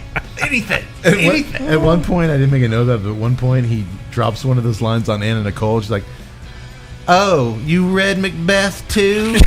And he's all, you know your Shakespeare. She's like, uh-huh. I'm like, oh my God. What is this? What are we being? Why did they do this to us? Winter warmer, boys. Winter warmer. Yeah, let's drink. I'll drink to that. Dude, that was it. I see somebody's a fan of the classics. You got it. I was valedictorian. My favorite book is Moby Dick. Something is rotten in the state of Denmark. And Anna Nicole Smith is taking out the trash. Anna Nicole's titties are taking out the Claudius.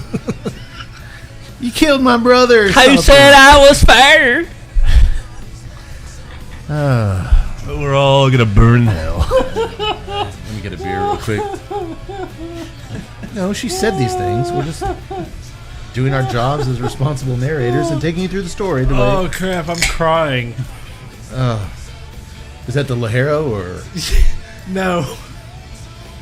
As I fill my beer, anything new on the cigar? Actually, no. Yeah. I'm still getting a little bit of the hint of that cherry on it.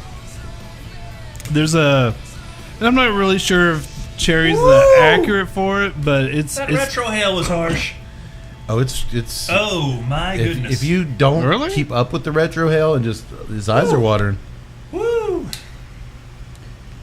It's good for you. Polonius.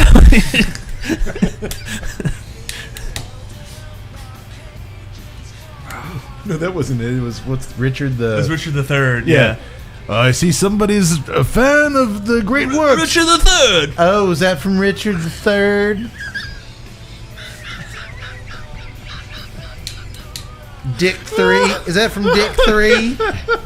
Once again, it all comes back to The Simpsons. I'm fucking thinking of when Mo snarly runs into laughing. Cletus and his family. He's like, I guess you hillbillies are going to want to have your way with me. And Cletus is all, no, we don't want to do none of that. I swear. One movie with one hillbilly, and you think that's what we want to do. And it turns to his cross-eyed brother. He's all, I guess you think all space is Star Wars.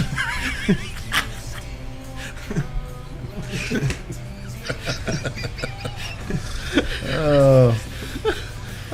shit. Well, By the way, some of us have family members who talk like this. I have family members who talk like this. I talk like this. no. You're too hard on yourself. Carrie and Cranston flee to the roof, as I said, but the terrorists finish him off. She can't... I guess she thinks she doesn't have time to start the helicopter. Well, I can't find my keys. Well, as you all know, helicopters, they either start instantaneously or they go through that whole... She seems to have been moving around pretty quick, though, everywhere else. Anyway, she decides to grab the briefcase and just jump off the top of this giant skyscraper. Well, but she decides to land in the window washing unit. Luckily- just a few feet over the edge. Luckily, she lands on some scaffolding from the window washers. But then the guy, keep in mind, she has the briefcase that is the key to everything. The guy with the Uzi and the leather pants, he doesn't give a shit. He's trying to... Now here he comes, and she decides, oh no,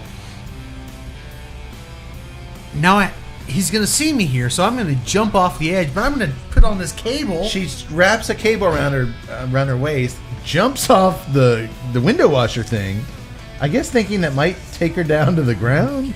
Yes. But it doesn't. She snaps, and with those giant boobs, it would snap her in You half. thought gravity would have taken care of the rest of it. Oh, she doesn't need one of those inflatable things now- on the ground. But now all I can If hear... I can just aim my... But now I'll just bounce right back up. she's stuck, and you just hear... All I can hear in this scene is this squeaking. And I can't figure out, is it the cable or is it his leather pants? Oh, I think they were her titties rubbing together. No, that would be the balloon sound. No, that's a squeaking like... I like the doctor's theory. He's shooting at her and like, what are you doing shooting at her? If you knock her down, we lose the briefcase. She'll just bounce back up. A plague on your house, Montague. You're well versed, madam. Oh yeah. I am. Oh yeah. I know. Yeah. Well, she doesn't. It stops her like Die Hard. She's stuck in the middle of the building, so she starts swinging back and forth. Again, I wanted her to see that shot of her boobs pressed up against the glass. Somehow she kicks in the window, and like Die Hard, he shoots what's holding the cables at the top, so it falls off. Remember Die Hard when it's like pulling them She just out? arched her back and her tits broke the glass. Well, you don't see how it happened, but I mean, I imagine that was the best bet. Anyway, she gets free, and just barely before she's pulled over the side. Once again, though, the little window thing, it's a pretty good action sequence. It is. I got to give it credit. It's well orchestrated. Even her dangling from the thing looks good. Yeah. I mean, you know. If they just made her character a mute that couldn't talk, we might have a movie here. No. Like a real movie. No. No. What do you think they were doing down in the director's tent when they're watching the footage? Like, how many days are we shooting this thing? Go back. What about this scene? Nah, just go back to that love making scene. It was really good. Oh, that was a good blooper. Take me to the one you're going to use in the film. No, that was the best one. What's going on out there? The second unit will get it. They're all about it. How'd you get through this film? Jack Daniels. There was not a girl with giant boobs that would show him that could act that you could put in this thing? No. Well, Nicole Smith was huge. She was big at the She was time. spread out all over the place. My bounty is as boundless as the sea. No, she was a huge celebrity at this time, man. That's from Obviously, that didn't work, though. Romero Did you ever see and this Dooley. movie? No. There's a reason she only took pictures. We're gonna do a video, right? Did you not hear me talk about those colon movies? I'm sure she said some things in those. Is it a speaking? No, we don't do that here. After kicking a window and barely untangling herself, Carrie stashes the briefcase in a trash cart and starts looking for help. The bad guys think they've got her trapped in an elevator, but she escapes through the emergency roof hatch, John McClane style. Yeah, but she leaves some poor bastard in there just gets riddled with bullets. Oh, yeah. By the way, these terrorists are so bad. They're not like the Die Hard terrorists. People are still working in this building. They're walking Round around. up everybody in this 50-story building. At one point, one of the terrorists like, we suck at rounding up people. Everyone's just going about their normal day. This guy comes into the elevator with her. He's like the smooth operator, like, hey, baby, you want to, like, really just grotesque. Oh, he's a total creeper. I think it was Richard Dreyfuss. Hey, welcome to elevator repair. Going down? I know I sure am. Floor 6 or 9. I was hoping we get drunk, horny Dreyfuss on here at one point. Parting is such sweet sorrow. That's my shtick. Well, nobody traps Carrie Whisk, boys. Nobody. But how did she like shimmy up the thing? So How'd she get out the just like- escape hatch? Yeah, it's a very small hatch. Yeah, put one boob up first and then kind With of. love's high wings did I o'erperch these walls. I'll come back for you, Lefty. What? You got to take them both. Well, nobody traps her except... Don't talk to me about centrifugal physics. I said nobody traps Carrie Whisk. I was wrong.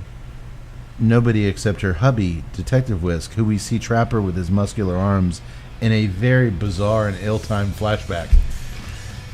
Bizarre and ill-timed, but welcome. As Carrie hides from the terrorists in a little corner, she remembers a picnic they shared out in the country. They start off shooting some target practice at bottles. He's okay. He's the cop, and he like shoots 3 of them. He gives her the gun. She shoots them all. How'd you do that? I'm from Mahia, Texas, silly. Oh, boy. She's an excellent markswoman, we learned. Love for sale, yummy, yummy love for sale. And then that transitions. He's like, is there anything I can do better than you? She's like, well, I can think of one thing. And next thing you know, they're screwing on the picnic blanket. Slow motion. Very, not even like Cinemax, like USA Up All Night screwing. Like his pants never come off. But at one point, he's like just curled up on one of her tits, just like nestling against it like it's a teddy bear.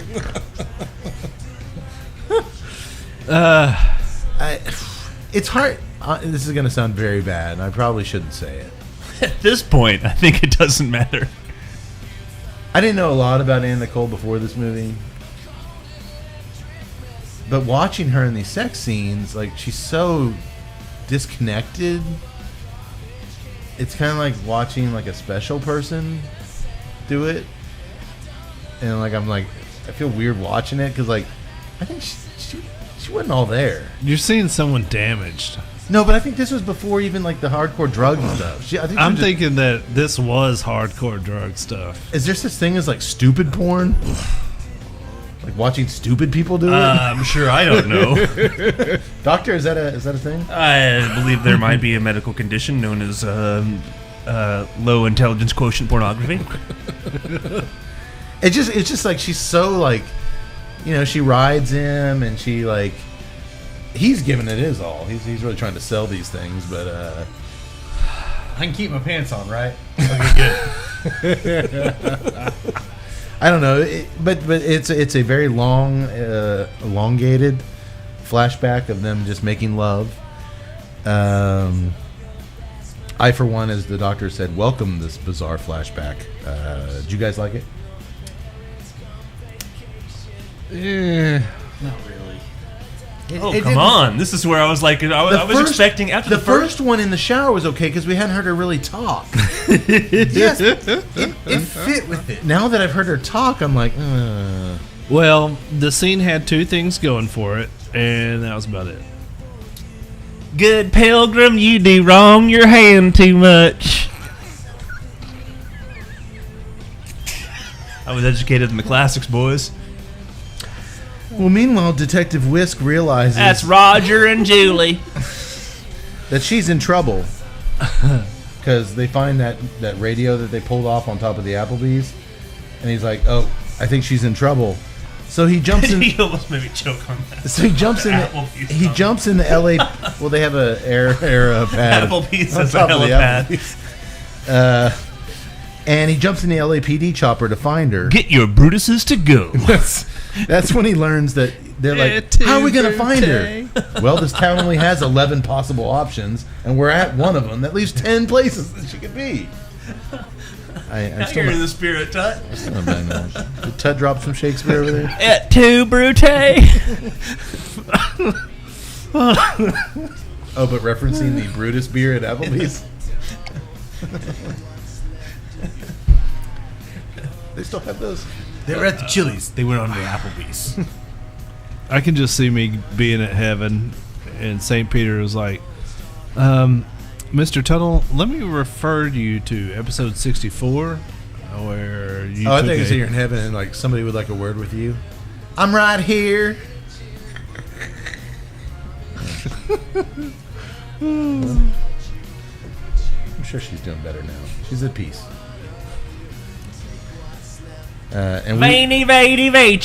And we will be in peace in three, I three came, more I pages. saw, I did something. Well, so the husband is now in the chopper trying to find her. Carrie bumps into a nerdy security guard named Dudley. Who's also hiding, and she commandeers. Didn't you think he was the guy from Friday Part 6, the little nerdy guy? And either him or what was the? He was kind of like the Police Academy dude. Sweet Chuck from Police Academy. Sweet Chuck. He kind of had some Sweet Chuck to him.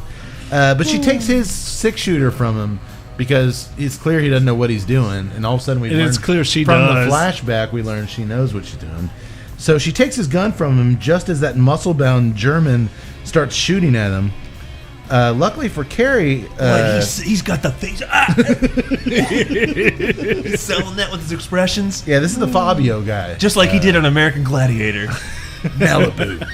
I still say he should drop the gun and had one of those big Q-tip What if he things. came around the corner in that giant hamster ball?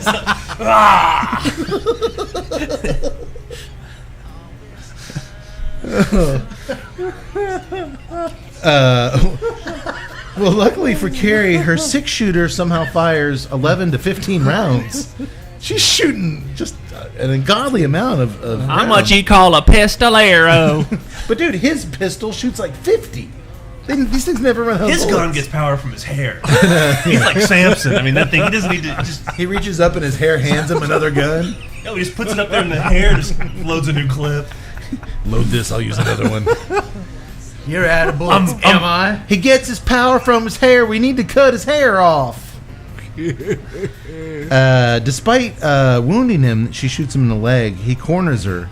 But just as he's about to kill her, Dudley shows up. He found another dead security guard. They're everywhere. And he grabbed their gun. And at the last second, he shoots him through the heart. One bad guy down. My favorite Anna Nicole line in the whole movie. Well, I'm going to look for a way out. I can't just stay here. I can't just live the rest of my life in this building. I got to look for an exit.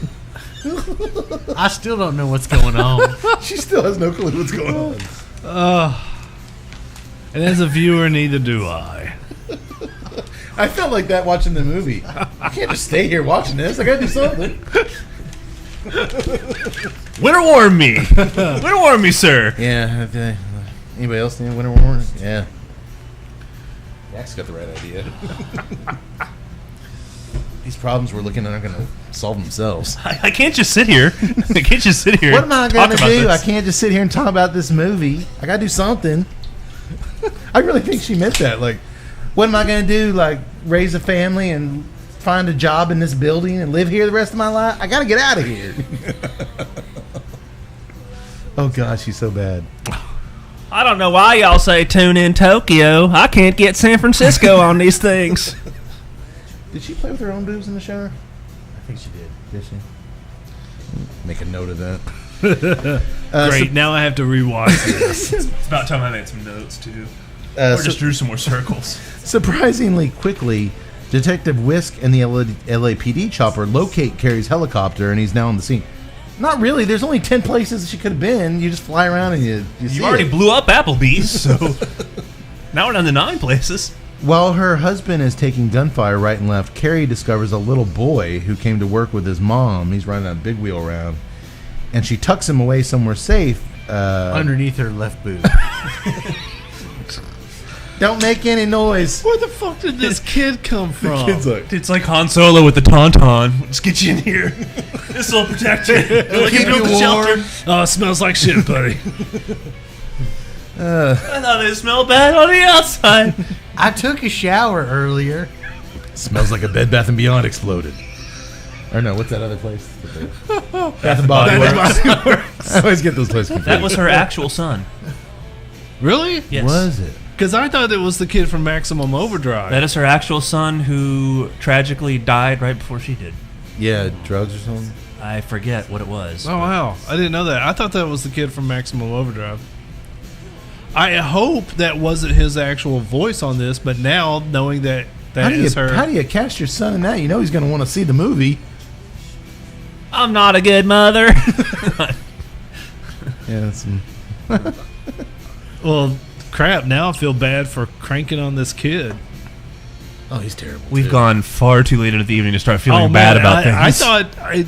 Now you know she and her son will meet you at the pearly gates. I'm questioning whether that was his voice or not. Oh no. Cade, I think there's one thing none of us has to worry about. It's being met at the pearly gates.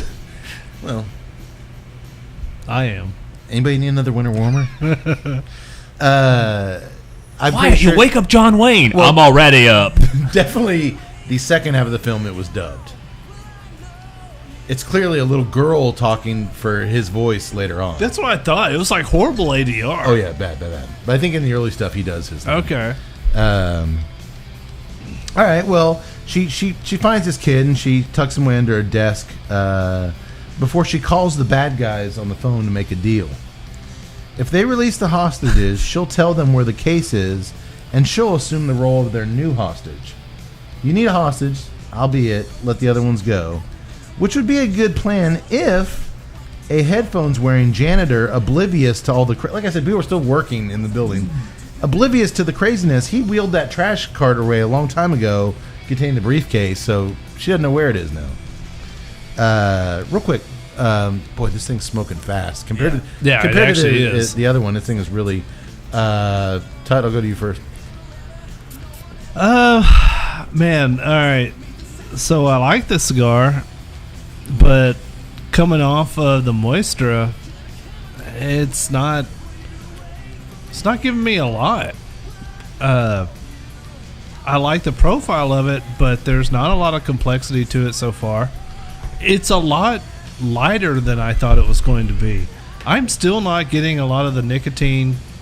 I got that right Blast off the off of start, it? but then it kind of waned a little bit, and I think that's a really good point, and one of the few serious things I'll say out of the rest of the evening, that when looking at this and when scoring it, obviously the scores are subjective anytime you're scoring a cigar, but I think that we have to put into perspective that this is after the one we just had. Yeah.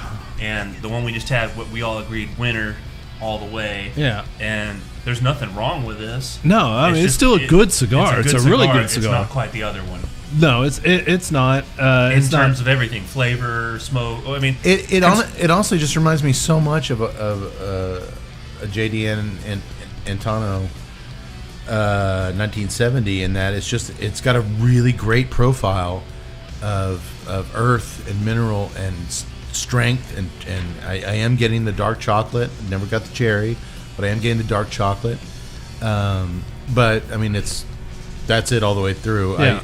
The creaminess has left me as I approach the band. I'm not getting that initial creaminess anymore, unfortunately, because that was really unexpected and nice. Yeah. But the strength is picking up. The lips are tingling a little bit. The nicotine is high. I have a feeling the last third of this is going to be, like he said, a kick in the nuts, which would be welcome. I'm getting well, I don't know. I'm getting a little bit of the nicotine out of it, but not near as much as what I was anticipating off of the description. I will say that the draw on this is probably one of the best drawing cigars I've ever had. It's any cigar that I ever smoke, I want it to draw like this one is smoking. It is an easy smoking cigar. I'm not having to work for it at all, and I love that. Which is hard for a 60 ring gauge. Exactly. But outside of that, I mean, the flavor's okay. I mean, it's a good flavor. What's amazing to me is that you've got this 60 ring gauge, you've got this Nicaraguan Puro, and to me it's smoking a lot lighter than I thought it would do. I'm not getting the strength off of the cigar, so I'm getting a pleasant cigar. If that's kind of you guys are a all weird coffee thing to, drinkers, right? Yeah. 3 pots a day. It would seem that I do drink an inordinate amount of coffee. it would seem that this would be a good cigar with coffee. I can see that. I can see that. I think that was the only salient point I was going to make. I think what I like about it so much is it is, if you're going to have a singular, mostly profile, this is kind of my taste. The profile that you want. This is the profile that if I had to pick, like, all right, I'm not going to get complexity, I'm not going to get transitions, but I'm going to give you that Nicaraguan, which is my favorite origin country for a cigar. If I'm going to give you just a Nicaraguan Puro that gives you what you like about Nicaraguan tobacco, and I'm going to give you some dark chocolate, I'm going to give you some unexpected cream, which that was the kind of screwball that came through there. A great screwball. Yeah. But other than that, earth, mineral, dark chocolate, you got some cherry. If you're going to give that to me in this powerhouse of a little smoke with a perfect construction, perfect draw, dude, I will smoke these. Oh yeah, I could see that. Todos Las Dias. I'll smoke them all day long. Yeah, I actually could. That's a good point there. I'm just disappointed that I was really looking forward to trying to taste that chili, and I have not tasted chili. No, you at got all. any chili pepper? No. But None. I've got the last third to go, and he said that's when it's going to get its peak, so maybe we'll get it then. You guys want to talk price point real quick? Yes. Guesses? We didn't guess on the last one. We guessed, have we? Did you peek at the notes? I did not. Okay. I'm probably going to say, given the other one... Other one, much more limited. Right. This one, I'm probably going to say 11. Okay. Doctor? I'll undercut you 10. That's... I'll split the middle, 10.50. This, let me just double check. I don't want to say the wrong thing. I believe it is $12.45. $12.45.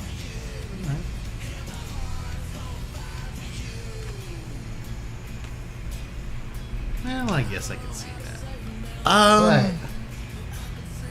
No, I'm going to be honest. That's a bit high to me. Yeah, me too. Only because As fast as this is going, it's burning really fast. I'm really liking it, but it's so similar to me. And again, I don't know if that's a mental thing with the Grand Console, but you get a Grand Console for well under 10. I'm surprisingly much more okay with 16 for the Moistra. yeah, I agree. Yeah, but I mean, look at how long the moisture lasted. Yeah, The complexity and the transitions that you it got took to look you into through. duration. You got to look into how long the smoking experience lasts. So yeah, price point. Probably, Steve's very open about his price points. I got to do it at a price where I can Right. get the tobacco and keep doing this. So I'm not going to doubt that. But yeah, honestly, great. It fits me. But for that price, I might go to the Grand Consul. I might go to a 1970 or even. It's a very good Nicaraguan Puro. I just can't stress that enough. If you love Nicaraguan tobacco, it is a winner. But for a short smoke, that price is a little high. Even if that's what it has to be to make it, I understand that. Yeah. But I would pay it again because I like it. I'll smoke it again. But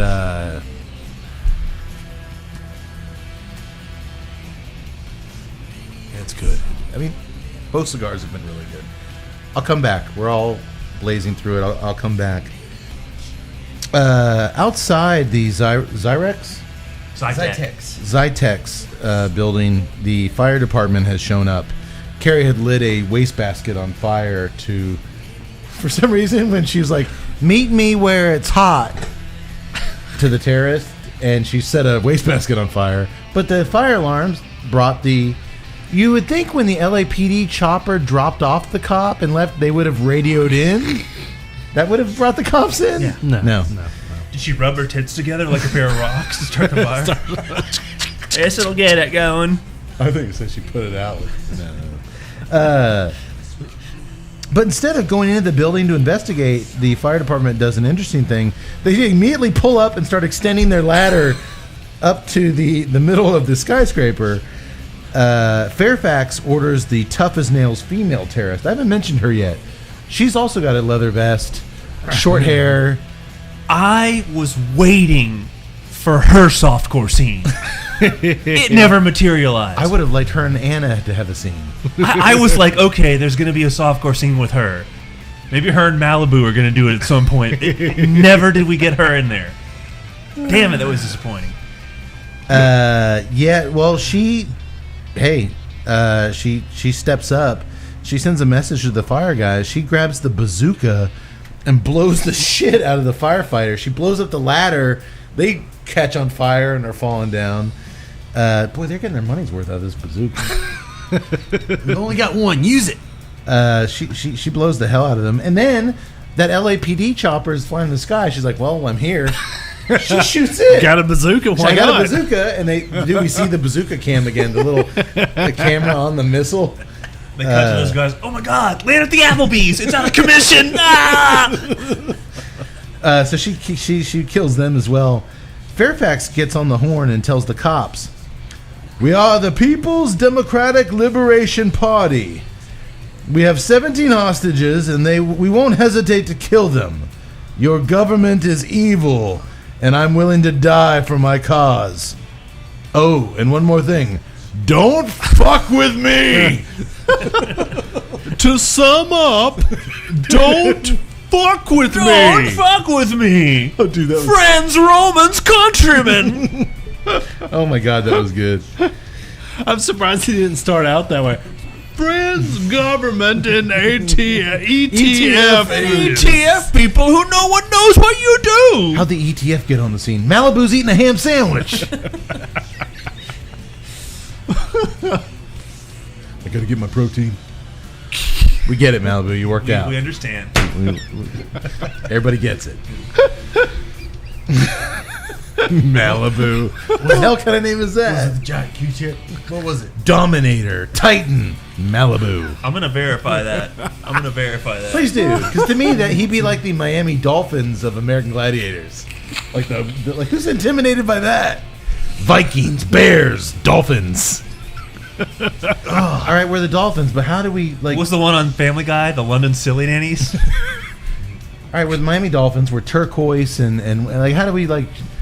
Well, what if we put a little smiling dolphin on our helmets, like jumping out of the water? Like, Come on, Guys, let's go with the shirt. No. who are we playing this week? The Raiders. Oh, well, all right. While all this is going on, the dude in the tight leather pants has Anna Nicole topless and bent over a desk upstairs. Former American Gladiator, Malibu.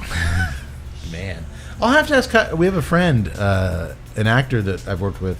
John Caballero was a contestant on American Gladiators. I'll have to see if he went up against Malibu. He's gonna be like, Malibu was a joke, man. I just remember that sweet flowing hair was Johnny Franklin, one of K.A.'s favorite people. I remember him telling us a story like he was in the dressing room and one of them, but it wasn't Malibu, it was somebody else. He said the guy was blow drying his hair, and he said I walked in and it had like a cock like a fire hose just hanging down. Jesus Christ! You're shooting tennis balls out of that thing. Use that instead of the Q-tip. American Gladiators after really dark. don't want to get hit with any of those tennis balls. Cry havoc and let loose the dogs of war. Oh. Well, all this is going on. The dude in the I'll say it again. The guy in the tight leather pants and the cold topless and bent over a desk. Right as he's about to drop trowel and enter her from behind. He's feeling those bags. Oh man, it's a pretty uncomfortable scene. She reaches into the desk. Hold on, dude. Sorry. He's saying stuff like, "You ready, baby?" Again, her acting. I can't wait.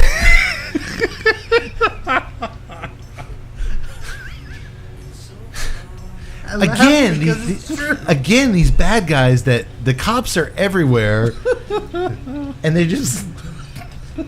That was a TNCC terrorist move. I'm gonna feel out these tits. We need to escape from this building. No, I think even we would be like, no, like, there's a lot of stuff going on. Yeah, but we've been drinking all day by that point. Another winter warmer, anybody? No, these guys just their horniness exceeds their. My God, the horniness, unbelievable. Kay, their level of arousal is just, oh my God, every nerve ending in their penis heads. Do you think the adrenaline rush from being a terrorist leads to excessive horniness? My God, the horniness is so excessive. I think he's right. I think we've seen The it. erections are like Vesuvius. Vesuvius. Does he work at the 7-Eleven?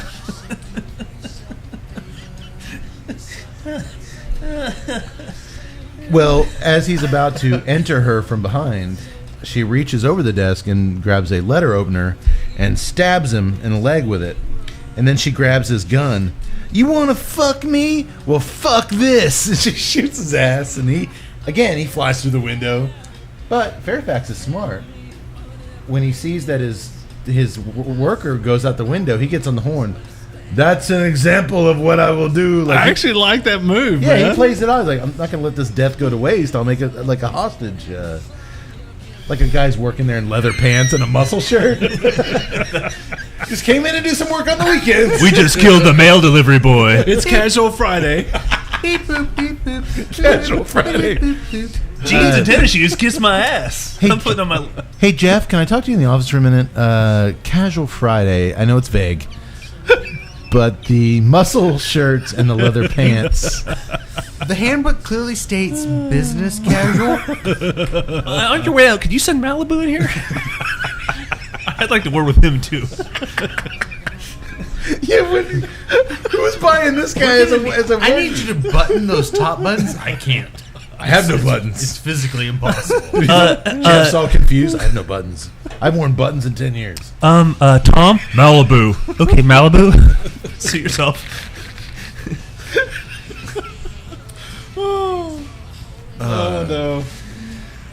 So she fires, he explodes, and they make some of that. Oh, and her husband is still hesitantly making his way. He's still on that same floor that he came out.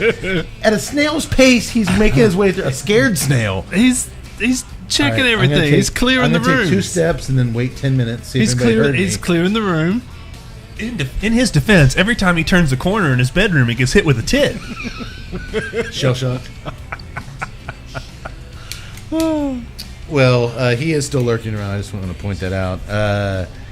As the SWAT team infiltrates the building, Fairfax locates that janitor, the black guy. That poor he's still folding towels. He hears Fairfax, who's black, his accent. Hey, bro, where are you from? The East Side? To which Fairfax says, I'm from hell, and he shoots his ass. That was pretty funny. But see, enjoyably bad. He was enjoyably bad. I agree. I agree. But the important thing is Fairfax now has recovered the briefcase. Relight my cigar real quick. I'm guessing you guys haven't jumped in. Cigar has not hit you with anything new? No, I'm done, actually. That was quick. Yeah. About an hour? Yeah. Yeah, nothing has really changed. Excellent construction. I was expecting more of a bump in power. I here didn't in the get final. that, I didn't get it. I get where Steve was talking about a cigar for guys who smoke cigars, and like, you know, it is just an overall, you know, full-bodied. You know, it's got Ligero, it's got strength for sure. But no, I mean, it wasn't like some of the double Ligero powerhouses we've had. It's just a really good Nicaraguan Puro. It is. I'd smoke it literally if it was a little bit cheaper. I'd smoke it every day. I agree, and it's definitely one of those cigars that, you know, I could see myself buying. Excuse me, I could see myself smoking. It's one of those cigars that I would like to smoke a lot. I don't know if I could smoke it a lot at that price point. Price point aside, now that we've covered most of Saka's catalog, we didn't cover the first Moistra. And I think there was something else that maybe slipped through the cracks. I will say this. I can't believe I'm keep bumping Mi Querida down the list. But I would put this... I'm going to have to smoke another one of the Muestras before I start. I think I would smoke this over the Mi Querida. Man, I don't know if I would. I need to smoke more Mi Queridas for research purposes. Yeah. I really love that cigar. I know you do. It's a good I know cigar. you do. And that's what I love about, you know what, we don't just, our best of list tends to be stuff we actually, during the year when we're not here. We actually smoke? When we're at the pub, you'll smoke Mi Queridas. I'll smoke Sober Mesas. We actually, you know, we discover them on the show, and then we become an active consumer and start buying them up. So, that is, I guess, the true testament. Early on in the show, we had some decent cigars that we liked, but I never went out and bought them. That's changed over the last 2 years. Our top 5 tend to be stuff I'm still smoking. Yeah. This year, we're going to do a top 10 because we had so much good stuff this year.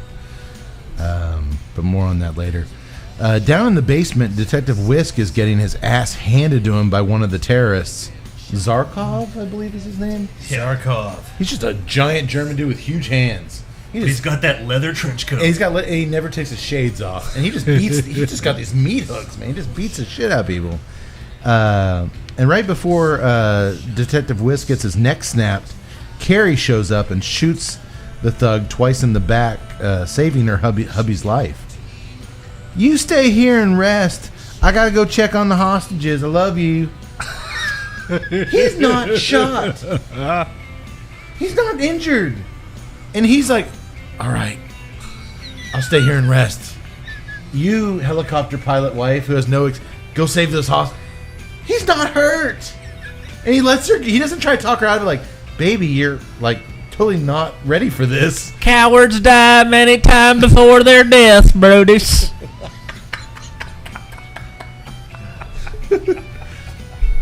He lets her go.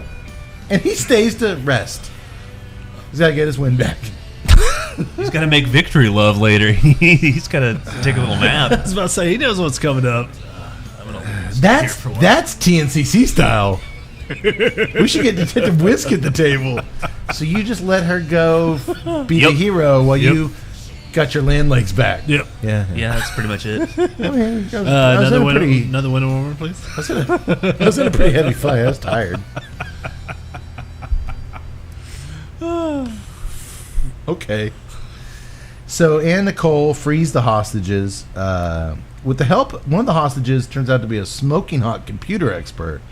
I wish we had seen more of her. Maybe her and Anna in a love scene. And the German chick. German chick. And the German chick, the three of them. Yeah. Skyscraper 2. But as As the hostages casually exit the building to freedom, no urgency in them. They walk out. Some of them even like, the door's open, run! Kane style. I blame Raymond Martino or whoever directed this. Tell them to run. They're free. They were hostages. They're TNCC hostages. We're free. All right. Hey, you guys want to grab Brutus at Applebee's? I gotta get up. If y'all wait a minute, I can take you in the helicopter. Oh, okay. All right. That's cool. Stop by Carl's Jr. They got a helipad. Been there many times. Carrie sees that Fairfax has taken the dumbass kid, that little kid. He came out from under the desk, and Fairfax took him hostage. Again, riding on his big wheel somehow. He was scared shitless. These guys with guns, and next thing you know, on the security cameras, he's riding around on the big wheel. You almost did your Trace Atkins again. Riding around on the big wheel. Next time you and your buddies are riding around on the big wheels. Chew skull. The only tobacco for 12-year-olds. She's like, oh shit, they're heading the roof. I got to go up there. Well, she races up there, but Fairfax, he's waiting for her with the kid. He's got his gun ready. As he leads Carrie and the little bastard up to the chopper. I don't know if Anna was married to his father. I use bastard in a general context. Mainly, he was just the most annoying kid ever. Yeah. And during the scene where Fairfax is dragging around, please let me see my mommy. It's like little girl voice they dub in. Oh God, it's horrible. It's terrible. As he leads them up to the chopper, all of a sudden Detective Whisk is well rested. He took a nice nap. He got his third wind, and he jumps out from behind the helicopter with his gun, and he demands that Fairfax release his wife now and that motherless brat. He doesn't say that. Fairfax, as we know, doesn't make deals, or he makes deals, then he immediately shoots people. So he shoots Carrie's husband, which sets her off. Suddenly, she knows the art of the roundhouse kick. He's got to bust out his last Shakespeare line. Never was there a more tale of woe than Juliet and her Romeo. Oh, God. How could I forget that? Oh, my God. Yes, that is the question. How can I not forget that? Because I need to.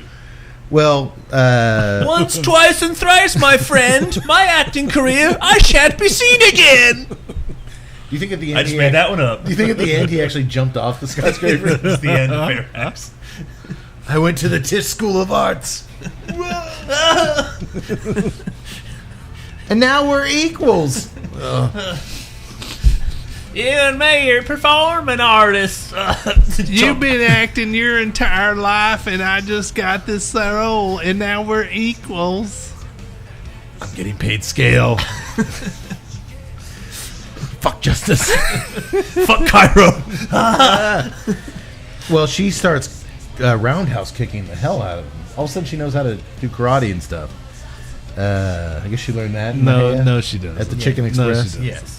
She's roundhouse kicking the shit out of him. It's horrible. Well, they may have put a stunt woman with a big ass up there and had her do some stuff.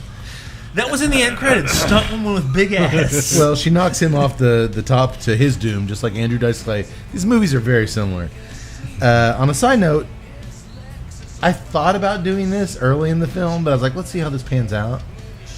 If we downed a shot of whiskey every time they panned up the skyscraper, I count at least 20 just shots of them at ground level panning. We get it. It's a skyscraper. The movie's called Skyscraper. We get it.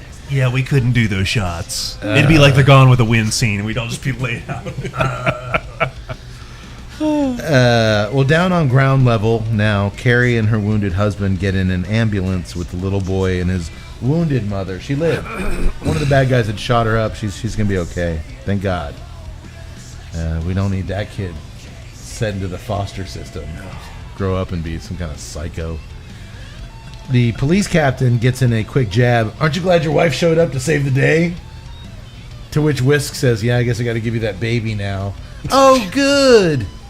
I get my baby? If she can handle all these bloodthirsty terrorists, maybe, just maybe, she can handle a baby. and they couldn't afford the Doors, but it would have been great if the Jim Morrison from Apocalypse Now came in. This is the end, beautiful end, my friend. Of cinema? This is the end of film.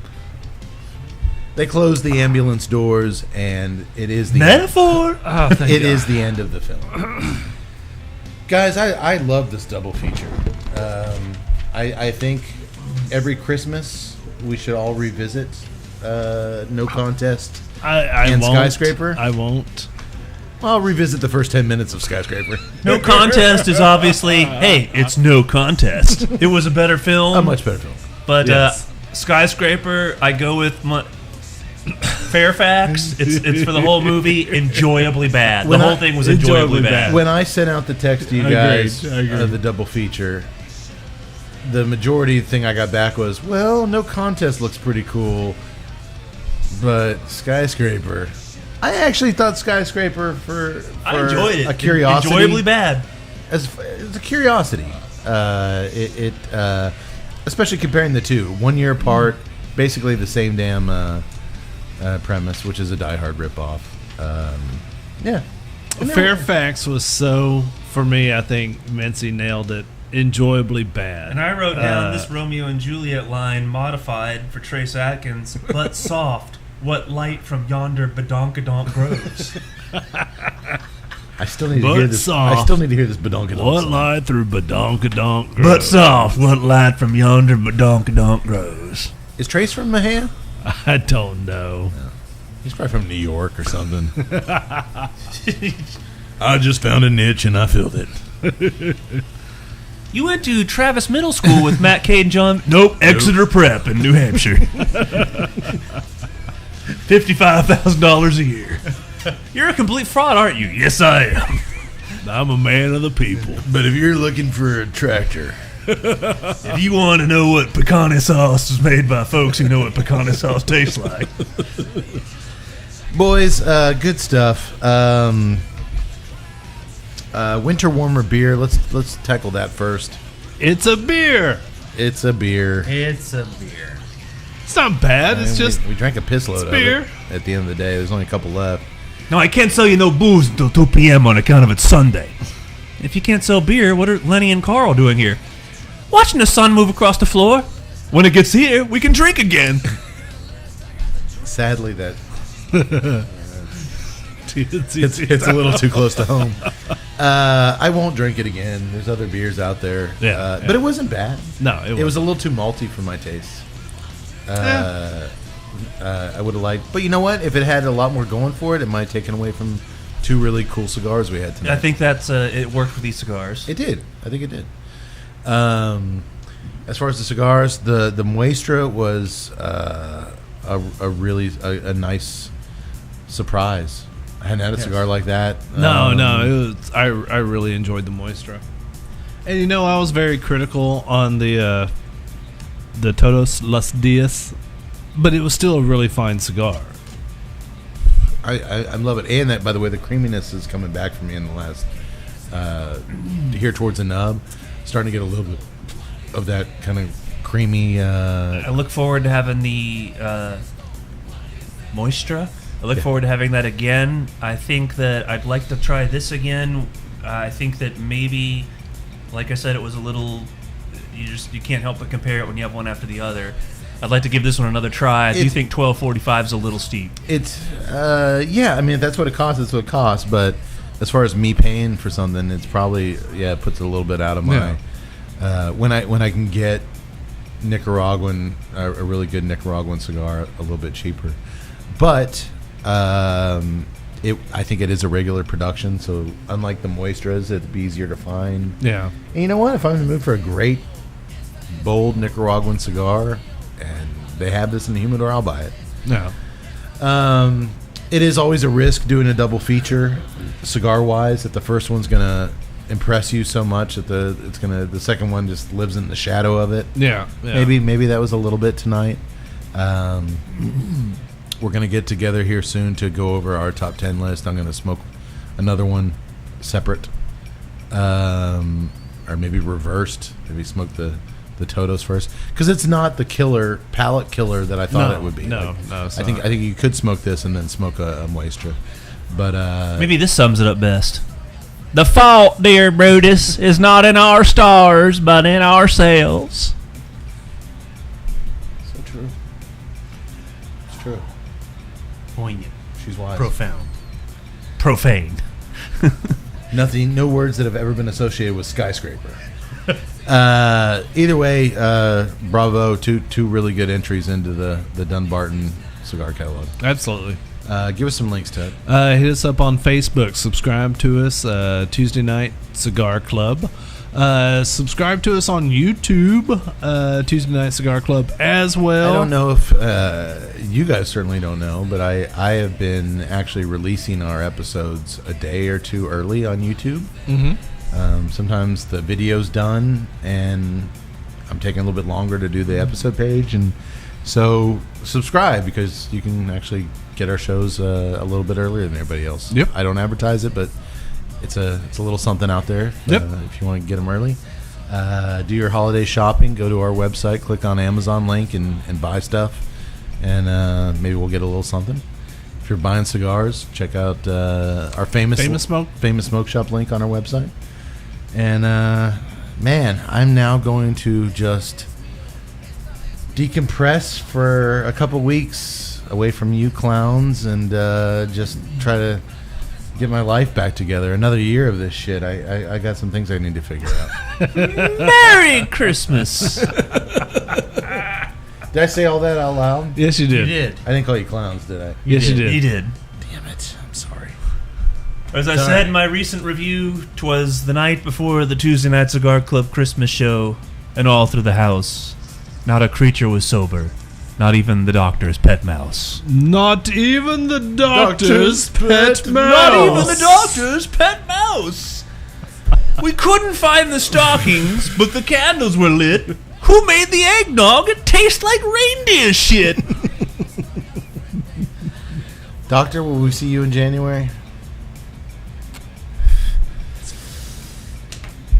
Well, I plan to still be alive, so yes. It's not too soon to tell. It is not too soon to tell. I will be here in January. All right, well, I'll see you guys. 2018, boys. We'll make it rock and roll. I'll see you guys in a month. And by that I mean next week at the pub. I can't escape. I can't quit you, boys. Merry Christmas, motherfuckers. Now I'm envisioning Kill Bill remade with Hannah Nicole Smith. Oh, don't go there. Happy holidays. You look like Kris Kringle.